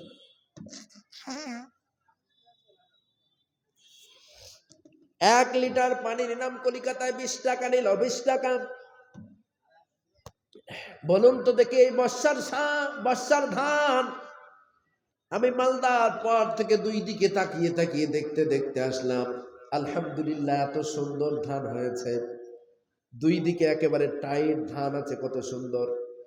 আমাদের ওদিকে তো এত ভালো ধান হয় না, কারণ ডুবে যায়, কোথাও বা উঁচু কোথাও বা নিচু। এখানে তো ধান দেখলাম একই রেট, একদম একই রকম, উঁচু নিচু নেই, তার মানে ভালো ধান হয়েছে, খুবই সুন্দর ধান হয়েছে। আমাদের ওদিকে বুড়ো হাজা হওয়ায় পানিতে ডুবে যায়, বুড়ে যায়, এত সুন্দর ধান হয় না, উঁচু নিচু থাকে। তা আমি ওই ধানগুলা দেখছিলাম আর ভাবছিলাম আল্লাহর নেয়ামত, আল্লাহর নেয়ামত। ওই ধানটা চাষ করতে, এই যে বড় চাষ কয়েকদিন পর হবে, সম্ভবত চৈত্র মাস থেকে বড় ধান মানুষ রয় নাকি? বড় ধান রোয়া শুরু হয় কখন? জি, মাঘ মাস থেকে। রাইট, চৈত্র সময় কাটে, চৈত্র মাসে কাটে, চৈত্র বৈশাখের দিকে কাটে। তাই মাঘ মাস থেকে বড় চাষ করবেন। যে সমস্ত বড় চাষি 1 বিঘা জমি বড় চাষ করতে আপনার এলাকায় যাদের কাছ থেকে পানি নেন, কত টাকা দেওয়া লাগে? সর্বনিম্ন একটা বলেন, কত টাকা? 3000 মাত্র। আল্লাহ, 3000 টাকা। আমার এলাকায় এমন অনেক জায়গা আছে 4200 টাকা পর্যন্ত পার বিঘা পানির জন্য দাম দেওয়া লাগে। 1 বিঘা বুড়ো চাষ করতে 4200 টাকা দেওয়া লাগে। আপনাদের 3000ই ধরলাম। ও মুসলমান ভাইয়েরা, বুড়ো চাষ করতে যদি 3000 লাগে, এই যে বর্ষার চাষটা হলো, এই চাষটার কিন্তু তার থেকে বেশি দিন সময় লাগে। বড় চাষ যদি 3 মাস লাগে, বর্ষার চাষ 3.5 থেকে 4.5 মাস লাগে, এটা আমার জানা আছে। চাষি না হলেও একজন নাম করা চাষির বেটা। এই বর্ষার ধানে, কোনদিনের বর্ষার ধান আল্লাহর আসমানের পানি নিয়ে চাষ করবার জন্য কোনদিন কি ফারিস্তা আজরাইল, ফারিস্তা জিবরাইল, ফারিস্তা মিকাইল, ফারিস্তা ইসরাফিল, এই 4 জনের কেউ একজন আপনার কাছে এসে বলেছেন, ও আল্লাহর গোলাম, তামাম বর্ষায় আসমানের পানি দিয়ে তোমার চাষ, তোমার আমন চাষকে আল্লাহ রাব্বুল আলামিন করে দিয়েছেন, আকাশ থেকে পানি দিয়েছেন।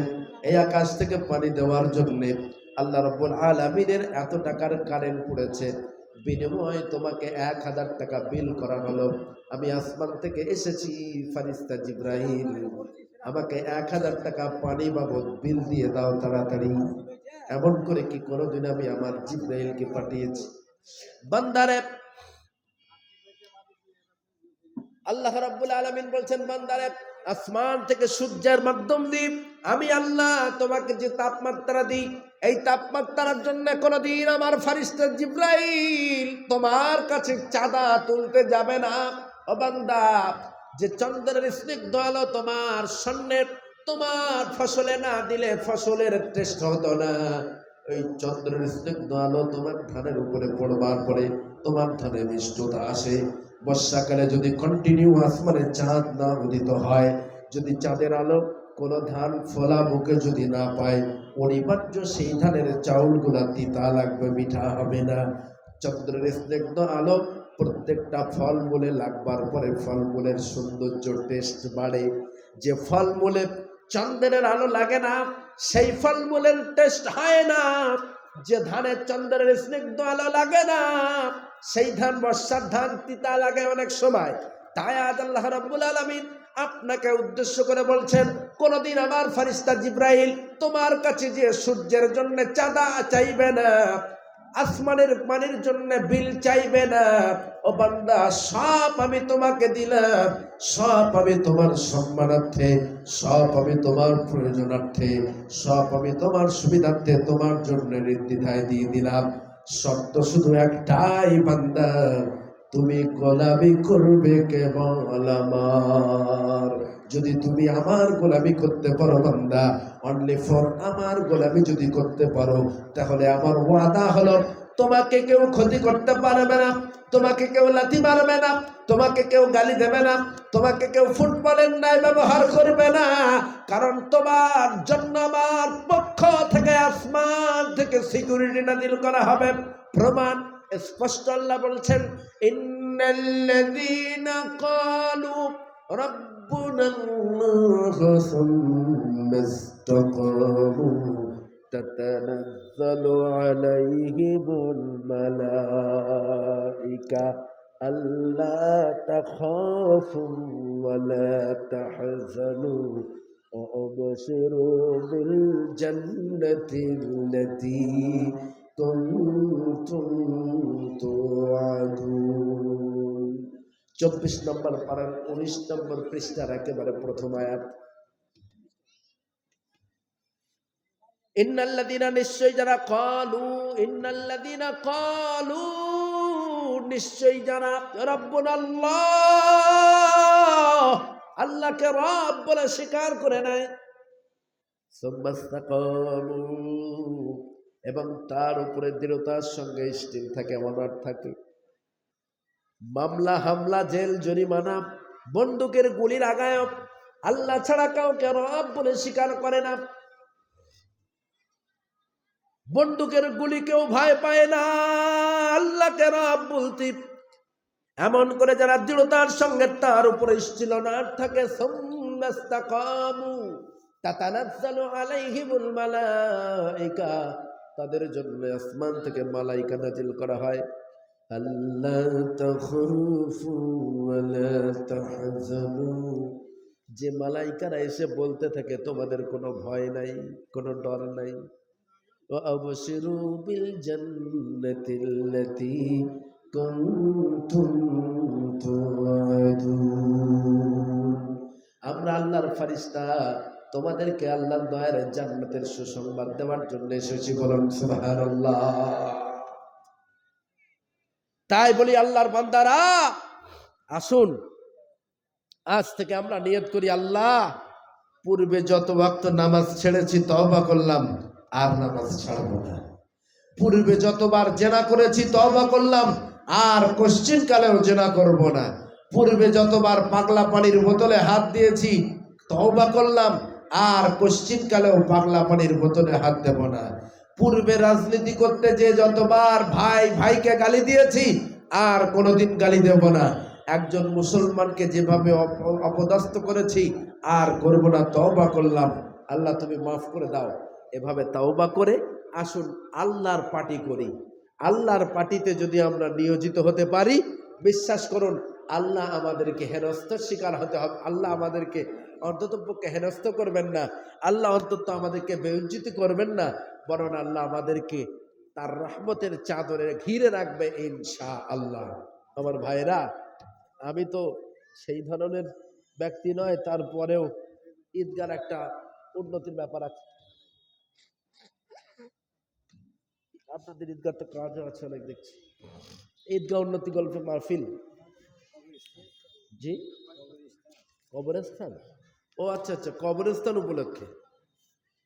এই কবরস্থানে আপনারাও একদিন শুয়ে পড়বেন, এই কবরস্থানে আপনাদেরকেও একদিন চিরনিদ্রায় শায়িত হতে হবে। সেই জন্য কবরস্থানের সংরক্ষণের প্রয়োজন আছে না নাই? আজকে যদি কবরস্থানগুলোকে সংরক্ষণ আপনারা না করেন ভালো করে ঘিরে ঘুরে, কালকে আবার কেউ এসে বলবে এই জায়গায় আমাদের মা কালীর মাথা ছিল, ভাঙো এটারে, হটাও এটাকে। এখন তো সব ওইভাবেই হচ্ছে, ওই স্বপ্নের উপরে বেশ করেই হচ্ছে। কোন সাধু বলছে আমি স্বপ্নে দেখেছি অমুক মসজিদের ভিতরে কালীর মাথা আছে, ভাঙো রে সেটা।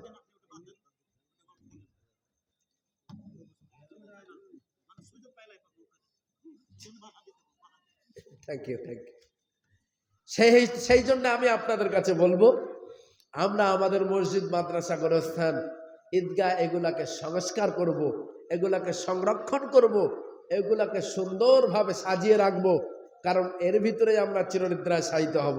এই গোরস্থান উন্নতি কল্পে কেউ বা 1000, কেউ বা 500 টাকা দিয়েছেন।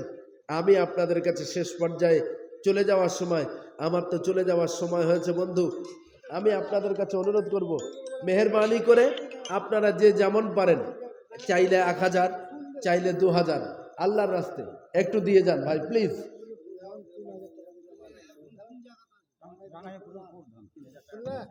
কি হলো?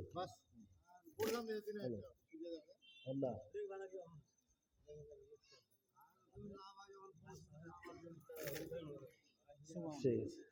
এটা কি নাম বললেন?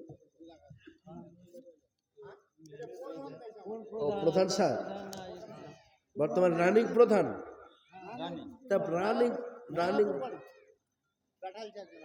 আচ্ছা আচ্ছা আচ্ছা, মানে এই অঞ্চলের প্রধান, এই অঞ্চলের প্রধান সাহেব 3000 টাকা। প্রধান সাহেব গরিব মানুষ নাকি? গরিব মানুষ নাকি প্রধান সাহেব? বড্ড গরিব নাকি?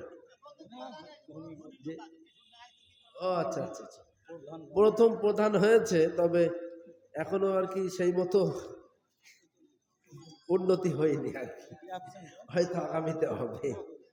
যাই বা হোক, 3000 টাকা দিয়েছেন। আল্লাহ প্রধান সাহেবকে যত্ন সুন্দরভাবে প্রতিনিধিত্ব করার তৌফিক আপনি দান করুন, বলি সকলে আল্লাহুম্মা আমিন। প্রত্যেক মানুষের সঙ্গে সৎ ব্যবহার রেখে তাকে প্রতিনিধিত্ব করার তৌফিক দান করুন, সকলে বলি আল্লাহুম্মা আমিন। তার আশা তামান্নাগুলোকে পূর্ণ করে দিন, রুজি রোজগারে বরকত দান করুন, হালাল রুজি বেশি বেশি করে রোজগার করার তৌফিক দান করুন, সম্পূর্ণ হারাম থেকে তাকে মুক্ত রাখুন, সকলে বলি আল্লাহুম্মা আমিন। আর কে আছেন ভাই? তাড়াতাড়ি করে আসুন। এবার ভাঙ্গে ওপার গড়ে, এই তো নদীর খেলা, সকালবেলা ধনী তুমি, ফকির সন্ধ্যাবেলা, সকালবেলা ধনী তুমি, ফকির সন্ধ্যাবেলা, খেয়া খাটে কে রে মাঝি ভাই, বেলা ডোবার আগে আমি ওপার যেতে চাই, ডুবে গেলে বেলা আর ওঠে না, ভেঙে গেলে মেলা আর জমে না। আজ টাকা আছে আপনার পকেটে, মন চায় না দান করতে, আল্লাহ না করুন টাকা যদি ফুরিয়ে যায় আল্লাহর গোলাম, আফসোস হবে তখন, পস্তাতে হবে তখন, হায় টাকা যখন পকেটে ছিল দিলাম না, এখন টাকা ফুরিয়ে গেছে, বড্ড দান করতে মন চাইছে। তাই বলছি আল্লাহর গোলাম, আল্লাহর রাস্তায় দান করে কবরে চলে যান, দুনিয়ার সব পড়ে রবি। আজ যে দানটুকু আপনি করবেন এটা আপনার আমলনামায় জমা থাকবে, কোনো সন্দেহ নাই। যেটুকু দান খায়রাত আপনি করে কবরে যেতে পারবেন সেটাই আপনার বলে গণ্য হবে, যা আপনি দুনিয়াতে রেখে যেতে পারবেন সেটা আপনার বলে গণ্য হওয়ার কোনো রাস্তা নাই। আপনি বলে যাবেন কালকে, তাই ভাগ বন্টন করাকরি নিয়ে ঝামেলা হবে, মারামারি হবে, ছেলেরা বলবে এটা আমি নেবো ওটা আমি নেবো, এই করে মারামারি করবে। আপনার রেখে যাওয়া অর্থবিত্ত ছেলেরা যদি হারাম পথে ব্যয় করে, তার জন্য কবরে আপনার জবাবদিহি করা লাগবে। তাই বলছি আল্লাহর গোলাম, যে যেমন পারেন যুবক ভাইরা বসে নাই, একটা ছোট্ট বাচ্চা ছেলে নগদ 20 টাকা আল্লাহ তাআলাকে কবুল করুন। আমরা এই ছোট্ট যুবক ভাইয়ের আশা তামান্নাকে পূর্ণ করুন, রুজি রোজগার বরকত দান করুন। আর কি আছেন? তাড়াতাড়ি ভাই, একটু তাড়াতাড়ি, মেহেরবানি করে একটু তাড়াতাড়ি আসুন। কতটা পোকা যে আজকে খেয়ে ফেলেছি, নাক দিয়ে, মুখ দিয়ে, গাল দিয়ে পোকা ঢুকছে। এমনি তো আমার প্রচন্ড সর্দি করেছে, দেখতে পাচ্ছেন জি, এটা এটা আমার অ্যালার্জি এফেক্ট। কি নাম ভাই? বদরুদ্দোজা। আমার যুবক ভাই বদরুদ্দোজা নগদ 500 টাকা আল্লাহ দানকে কবুল করুন। আপনার নাম কি? ইলিয়াস বাবাজি 1 বছর ভাই ডাকছেন এখানে। আর একটা ছোট্ট বাচ্চা 100 টাকা, আর 2 বন্ধু মিলে 200 টাকা। ইলিয়াস বাবাজি 500 টাকা নগদ দান করলেন। তার মা মারা গিয়েছেন, মায়ের মাগফিরাতের জন্য। আয় আল্লাহ তাআলা তার মায়ের কবরকে জান্নাতের বাগান বানিয়ে দিন, তার মায়ের কবরকে নূর আলা নূর বানিয়ে দিন। মেহেরবানি করে দুনিয়ার সমস্ত ভুল ত্রুটিগুলো তার মাকে ক্ষমা করে দিন, বলুন আমিন। আর কে আছেন? তাড়াতাড়ি আসুন ভাই, তাড়াতাড়ি আসুন, আমি নেমে যাব। সময় হয়ে গেছে, অনেক সময় হয়ে গেছে। আমি আপনাদেরকে এই অবস্থায় এত সময় আপনাদেরকে বিরক্ত করবো আমি ভাবতে পারিনি। তাড়াতাড়ি আসুন, তাড়াতাড়ি আসুন। কাফন আমার আপন, কবর আমার ঘাটি, কাফন আমার আপন, কবর আমার ঘাটি। ওই কবরে যেতে হবে, থাকবে না কেউ সাথী। ওই কবরে যেতে হবে, থাকবে না কেউ সাথী। থাকতে হবে নিরালায়, একা একা বাস্তালায়। থাকতে হবে নিরালায়, একা একা বাস্তালায়। চতুর্দিকে রবে শুধু মাটি, চতুর্দিকে রবে শুধু মাটি। কাপন আমার আপন, কবর আমার ঘাটি। ওই কবরে যেতে হবে, থাকবে না কেউ সাথী। ওই কবরে যেতে হবে, থাকবে না কেউ সাথী। আমার ভাইরা, আপনাদের মাঝে রুমাল নিয়ে, এই রুমাল নিয়ে যাচ্ছে তো, রুমাল নিয়ে যাচ্ছে তো নাকি? রুমাল নিয়ে যাচ্ছে নাকি ভিতরে? আপনারা কি রুমাল নিয়ে ভিতরে যাচ্ছেন নাকি? হ্যাঁ, না না, রুমাল ধরেছে তাই। আচ্ছা, না, স্বেচ্ছায় যে যেমন পারেন দেন আল্লাহর রাস্তায়। আল্লাহ আপনাদের আশা তামান্নাকে পূর্ণ করুন। শেষ পর্যায়ে আমি আপনাদের কাছে রিকোয়েস্ট করে চলে যাব। আমার প্রিয় ভাইরা, আমরা রাসূলের একজন জালিলুল কদর সাহাবী হযরত আবু তালহা রাদিয়াল্লাহু তাআলা আনহু হইতে একটা আরেক যুবক বন্ধু নগদ 300 টাকা আল্লাহ দানকে কবুল করুন। হযরত আবু তালহা রাদিয়াল্লাহু তাআলা আনহু এবং তার স্ত্রীর সম্পর্ক, তার স্ত্রীর একে অপরের মনের কষ্টটা বোঝার ব্যাপারে যে দায়বদ্ধতা ছিল, সেটা নিয়ে আমরা যেটা শিখেছি, সেই মর্মে আমি আমার বর্তমান যুগের যুবক ভাইদের এবং আমার ভাবিদেরকে রিকোয়েস্ট করব। অনেক সময় আমাকে বিরক্ত করেন ভাবিরা, প্রায় বিরক্ত করেন, হুজুর আমার স্বামী আমাকে এই বলেছে ওই বলেছে, এখন আমি কি আমার স্বামীর জন্য জায়েজ? তার মানে ঠুকে দিয়েছে 1 2 3। প্রায় ফোন করে, হুজুর আমার স্বামী আমাকে বলেছেন তুই যদি আমার কথা না শুনিস তাহলে তুই 1 তালাক 2 তালাক 3 তালাক। এখন আমি কি আর আমি আমার স্বামীর বউ আছি? এই ধরনের প্রশ্ন প্রায় করে আমাকে ফোন করে। এবং আমি নিজ কানে শুনেছি একদিন এক যুবক তার বউকে বলছে, অমুকের মা তোরে 3 তালাক, তোর মায়ের 9 তালাক। আমি নিজ কানে শুনেছি, আল্লাহ সাক্ষী, আল্লাহি, আমি নিজি কানে শুনেছি এক যুবক রাগের বশে তার বউকে বলছে, ওরে অমুকের মা তোরে 3 তালাক, তোর মায়ের 9 তালাক। আমি আর সহ্য করতে পারিনি, আমি দাঁড়িয়ে গেলাম। আমি বলছি, হ্যাঁ, তোর বউ যদি তালাক প্রাপ্ত অপরাধ করে, তালাকযোগ্য অপরাধ করে, তাহলে তোর বউকে তালাক দেওয়ার অধিকার শরীয়ত তোকে দিয়েছে, তবে 1 বৈঠকে নয়, 3 দিন 3 বারে মিলে। তুই একবার যেহেতু দিয়ে ফেলেছিস তা হয়েও গেছে। তা তার মাকে 9 তালাক দেওয়ার অধিকার তোর কোন বাবাই দিয়েছে? মহিলাটা তখন আমার কাছে কাঁদছে আর বলছে, হুজুর এমন যে কতবার বলেছে তার কোনো গোনাগাথা নাই। হল লাইফে এমন কতবার বলেছে তার কোনো গুণাগাথা নাই। আমি বললাম তারপরেও তুমি তার ঘর করো।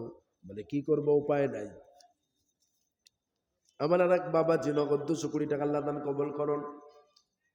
বললো কি করব, উপায় নাই, বাবা গরিব মানুষ, যদি বাবার বাড়ি চলে যায় দ্বিতীয় জায়গায় বাবা বিয়ে দিতে পারবে এমন সামর্থ্য বাবার নাই, তাই বলে তুমি হারাম খাবে, বলবে কি করব, উপায় নাই।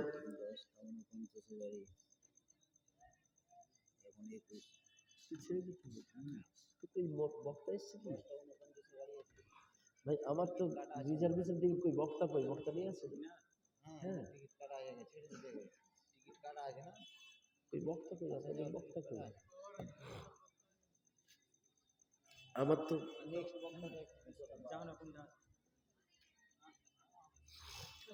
মহিলা বলল হুজুর করবো কি উপায়, বাবার অবস্থা ভালো নয়, বাবা দ্বিতীয় জায়গায় বিয়ে দেবে এমন শক্তি বাবার নাই।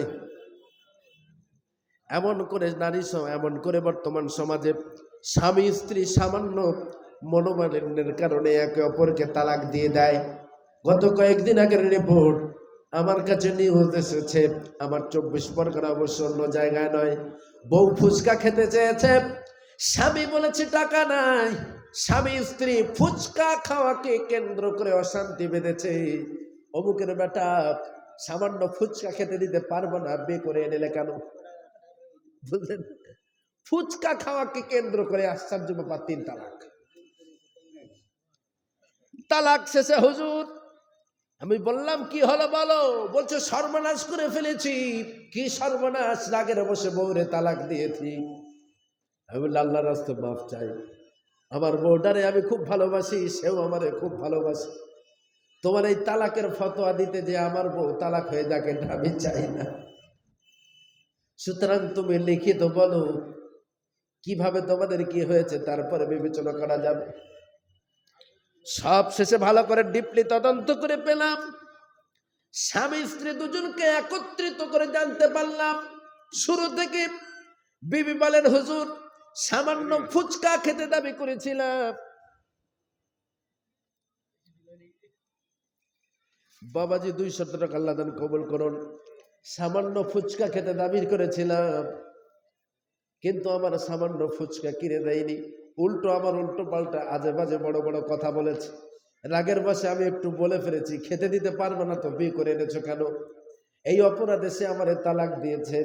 এ দ্বারা প্রমাণিত হলো সামান্য ফুচকাকে কেন্দ্র করে স্বামী স্ত্রী বিচ্ছিন্ন হয়ে যাচ্ছে শুধুমাত্র অজ্ঞতার কারণে, মূর্খতার কারণে। তাই আজ আমি আপনাদের কাছে বলতে চাই, ও যুবক বন্ধুরা, রাজনীতি পারপাসে যে সময়টা লাগাচ্ছ সেই সময়টা মসজিদের ইমাম সাহেবের পাশে লাগাও, মসজিদের ইমাম সাহেবের পাশে বসে কোরআন সুন্নাহর আলোকে একটু আলোকিত করো, তাহলে তোমার জীবনটা ধন্য হয়ে যাবে। তোমার সন্তানাদিগুলো অন্তত মানুষের মতো মানুষ হবে, তোমার সন্তানগুলো কবরওয়ালা হয়ে যাবে, তোমার সন্তানগুলা কবরমুখী হবে। আর তুমি যদি না কোরআনের সঙ্গে সম্পর্ক বানাও তাহলে স্বামী স্ত্রী খুঁটুখুটি বাঁধবে, কালী পুজোর ঢোল গুড়ুম কারাম পড়বে, কোনো সন্দেহ নাই। আজকে আমাদের সমাজের রহিমা, হালিমা, সাদিয়া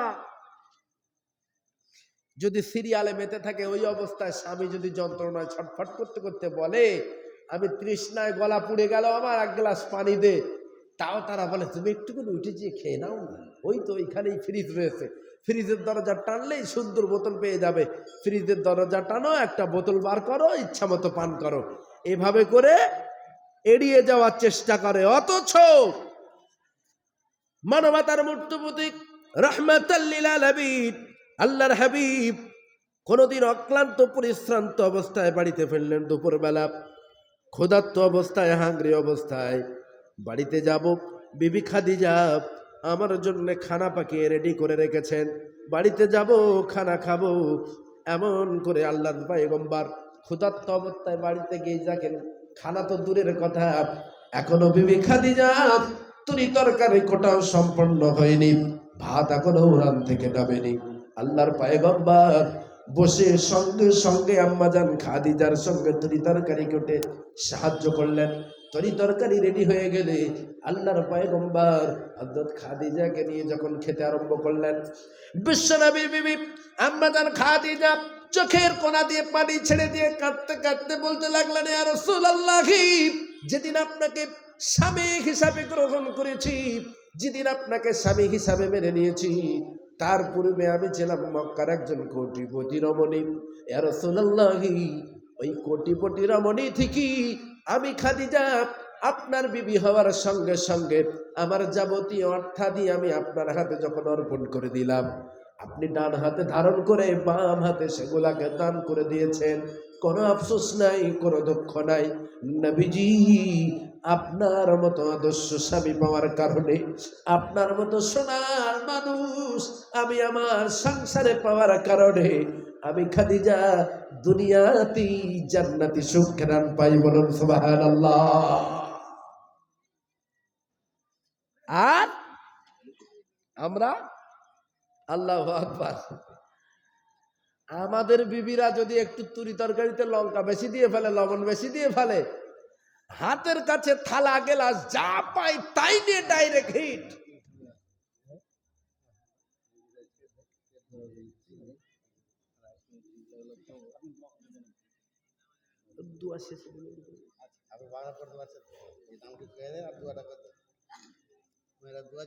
আব্দুল মতিন, দানানপুর, জালালপুর 300 টাকা। তৌফিজউদ্দিন 13 ভরি রূপা, 13 ভরি রূপা, মাশাআল্লাহ 13 ভরি রূপা। খসরাত, খসরাত হবে সেটা। ধান দিয়েছেন 20 কেজি। মেয়েদের আদায় হয়েছে, মেয়েদের আদায় 910 টাকা, 2910 টাকা। সালামের স্ত্রী 50 কেজি ধান, সালামের স্ত্রী জুনাবাড়ির মা দিয়েছে 5000 টাকা, মাশাআল্লাহ 5000 করতে বলেছে। তারপরে এখানে 200 টাকা আর একটা কাঁথা মেয়েদের পক্ষ থেকে। জি। তারপরে বুল মাজন কিওর পাড়া ধান দিয়েছে, বাপ মালে দোয়া করতে বলেছে। শাফিকের বোন, ওর ছেলে মারা গেছে, তার জন্য টাকা দেয় 3000, দোয়া করতে বলেছে। তারপরে মেয়েদের আদায় 5290 টাকা। সুরাব আলীর বংশুরের আর বোন দিবে টাকা 3000 টাকা, আজকে দেয়নি, বাকি আছে, দিবে টাকা, দোয়া করতে বলেছে। মেয়েদের আদায় 22840 টাকা, সবাই দোয়া করতে বলেছে। মাশাআল্লাহ মাশাআল্লাহ, আল্লাহু আকবার। একটা মেয়ে ছেলে, আর একজন মা 100 টাকা নগদ। জি।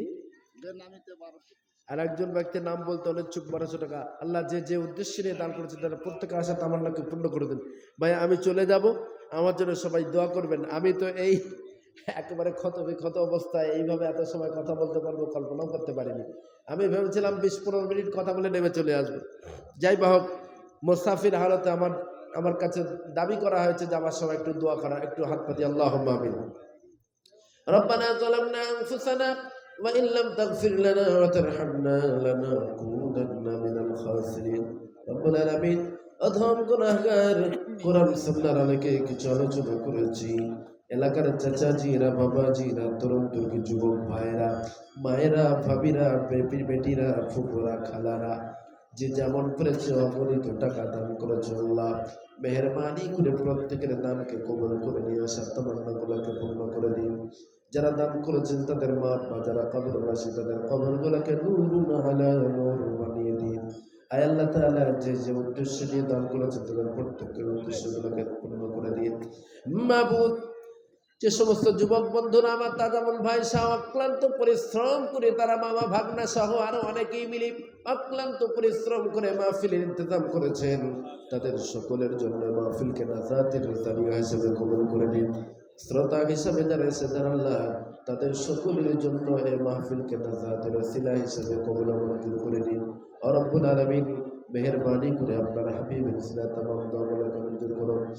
সাল্লাল্লাহু তাআলা আলা রাসূলি খায়রি খালকিহি ওয়া নূরি আরশিহি সাইয়্যিদিনা মুহাম্মাদিন ওয়া আলিহি ওয়া আসহাবিহি আজমাইন ওয়ারহামনা মা'হুম ওয়াজআল আখিরা কালামিনা ইনদাল মাউতি লা ইলাহা ইল্লাল্লাহু মুহাম্মাদুর রাসূলুল্লাহ। আসসালামু আলাইকুম ওয়া রাহমাতুল্লাহ।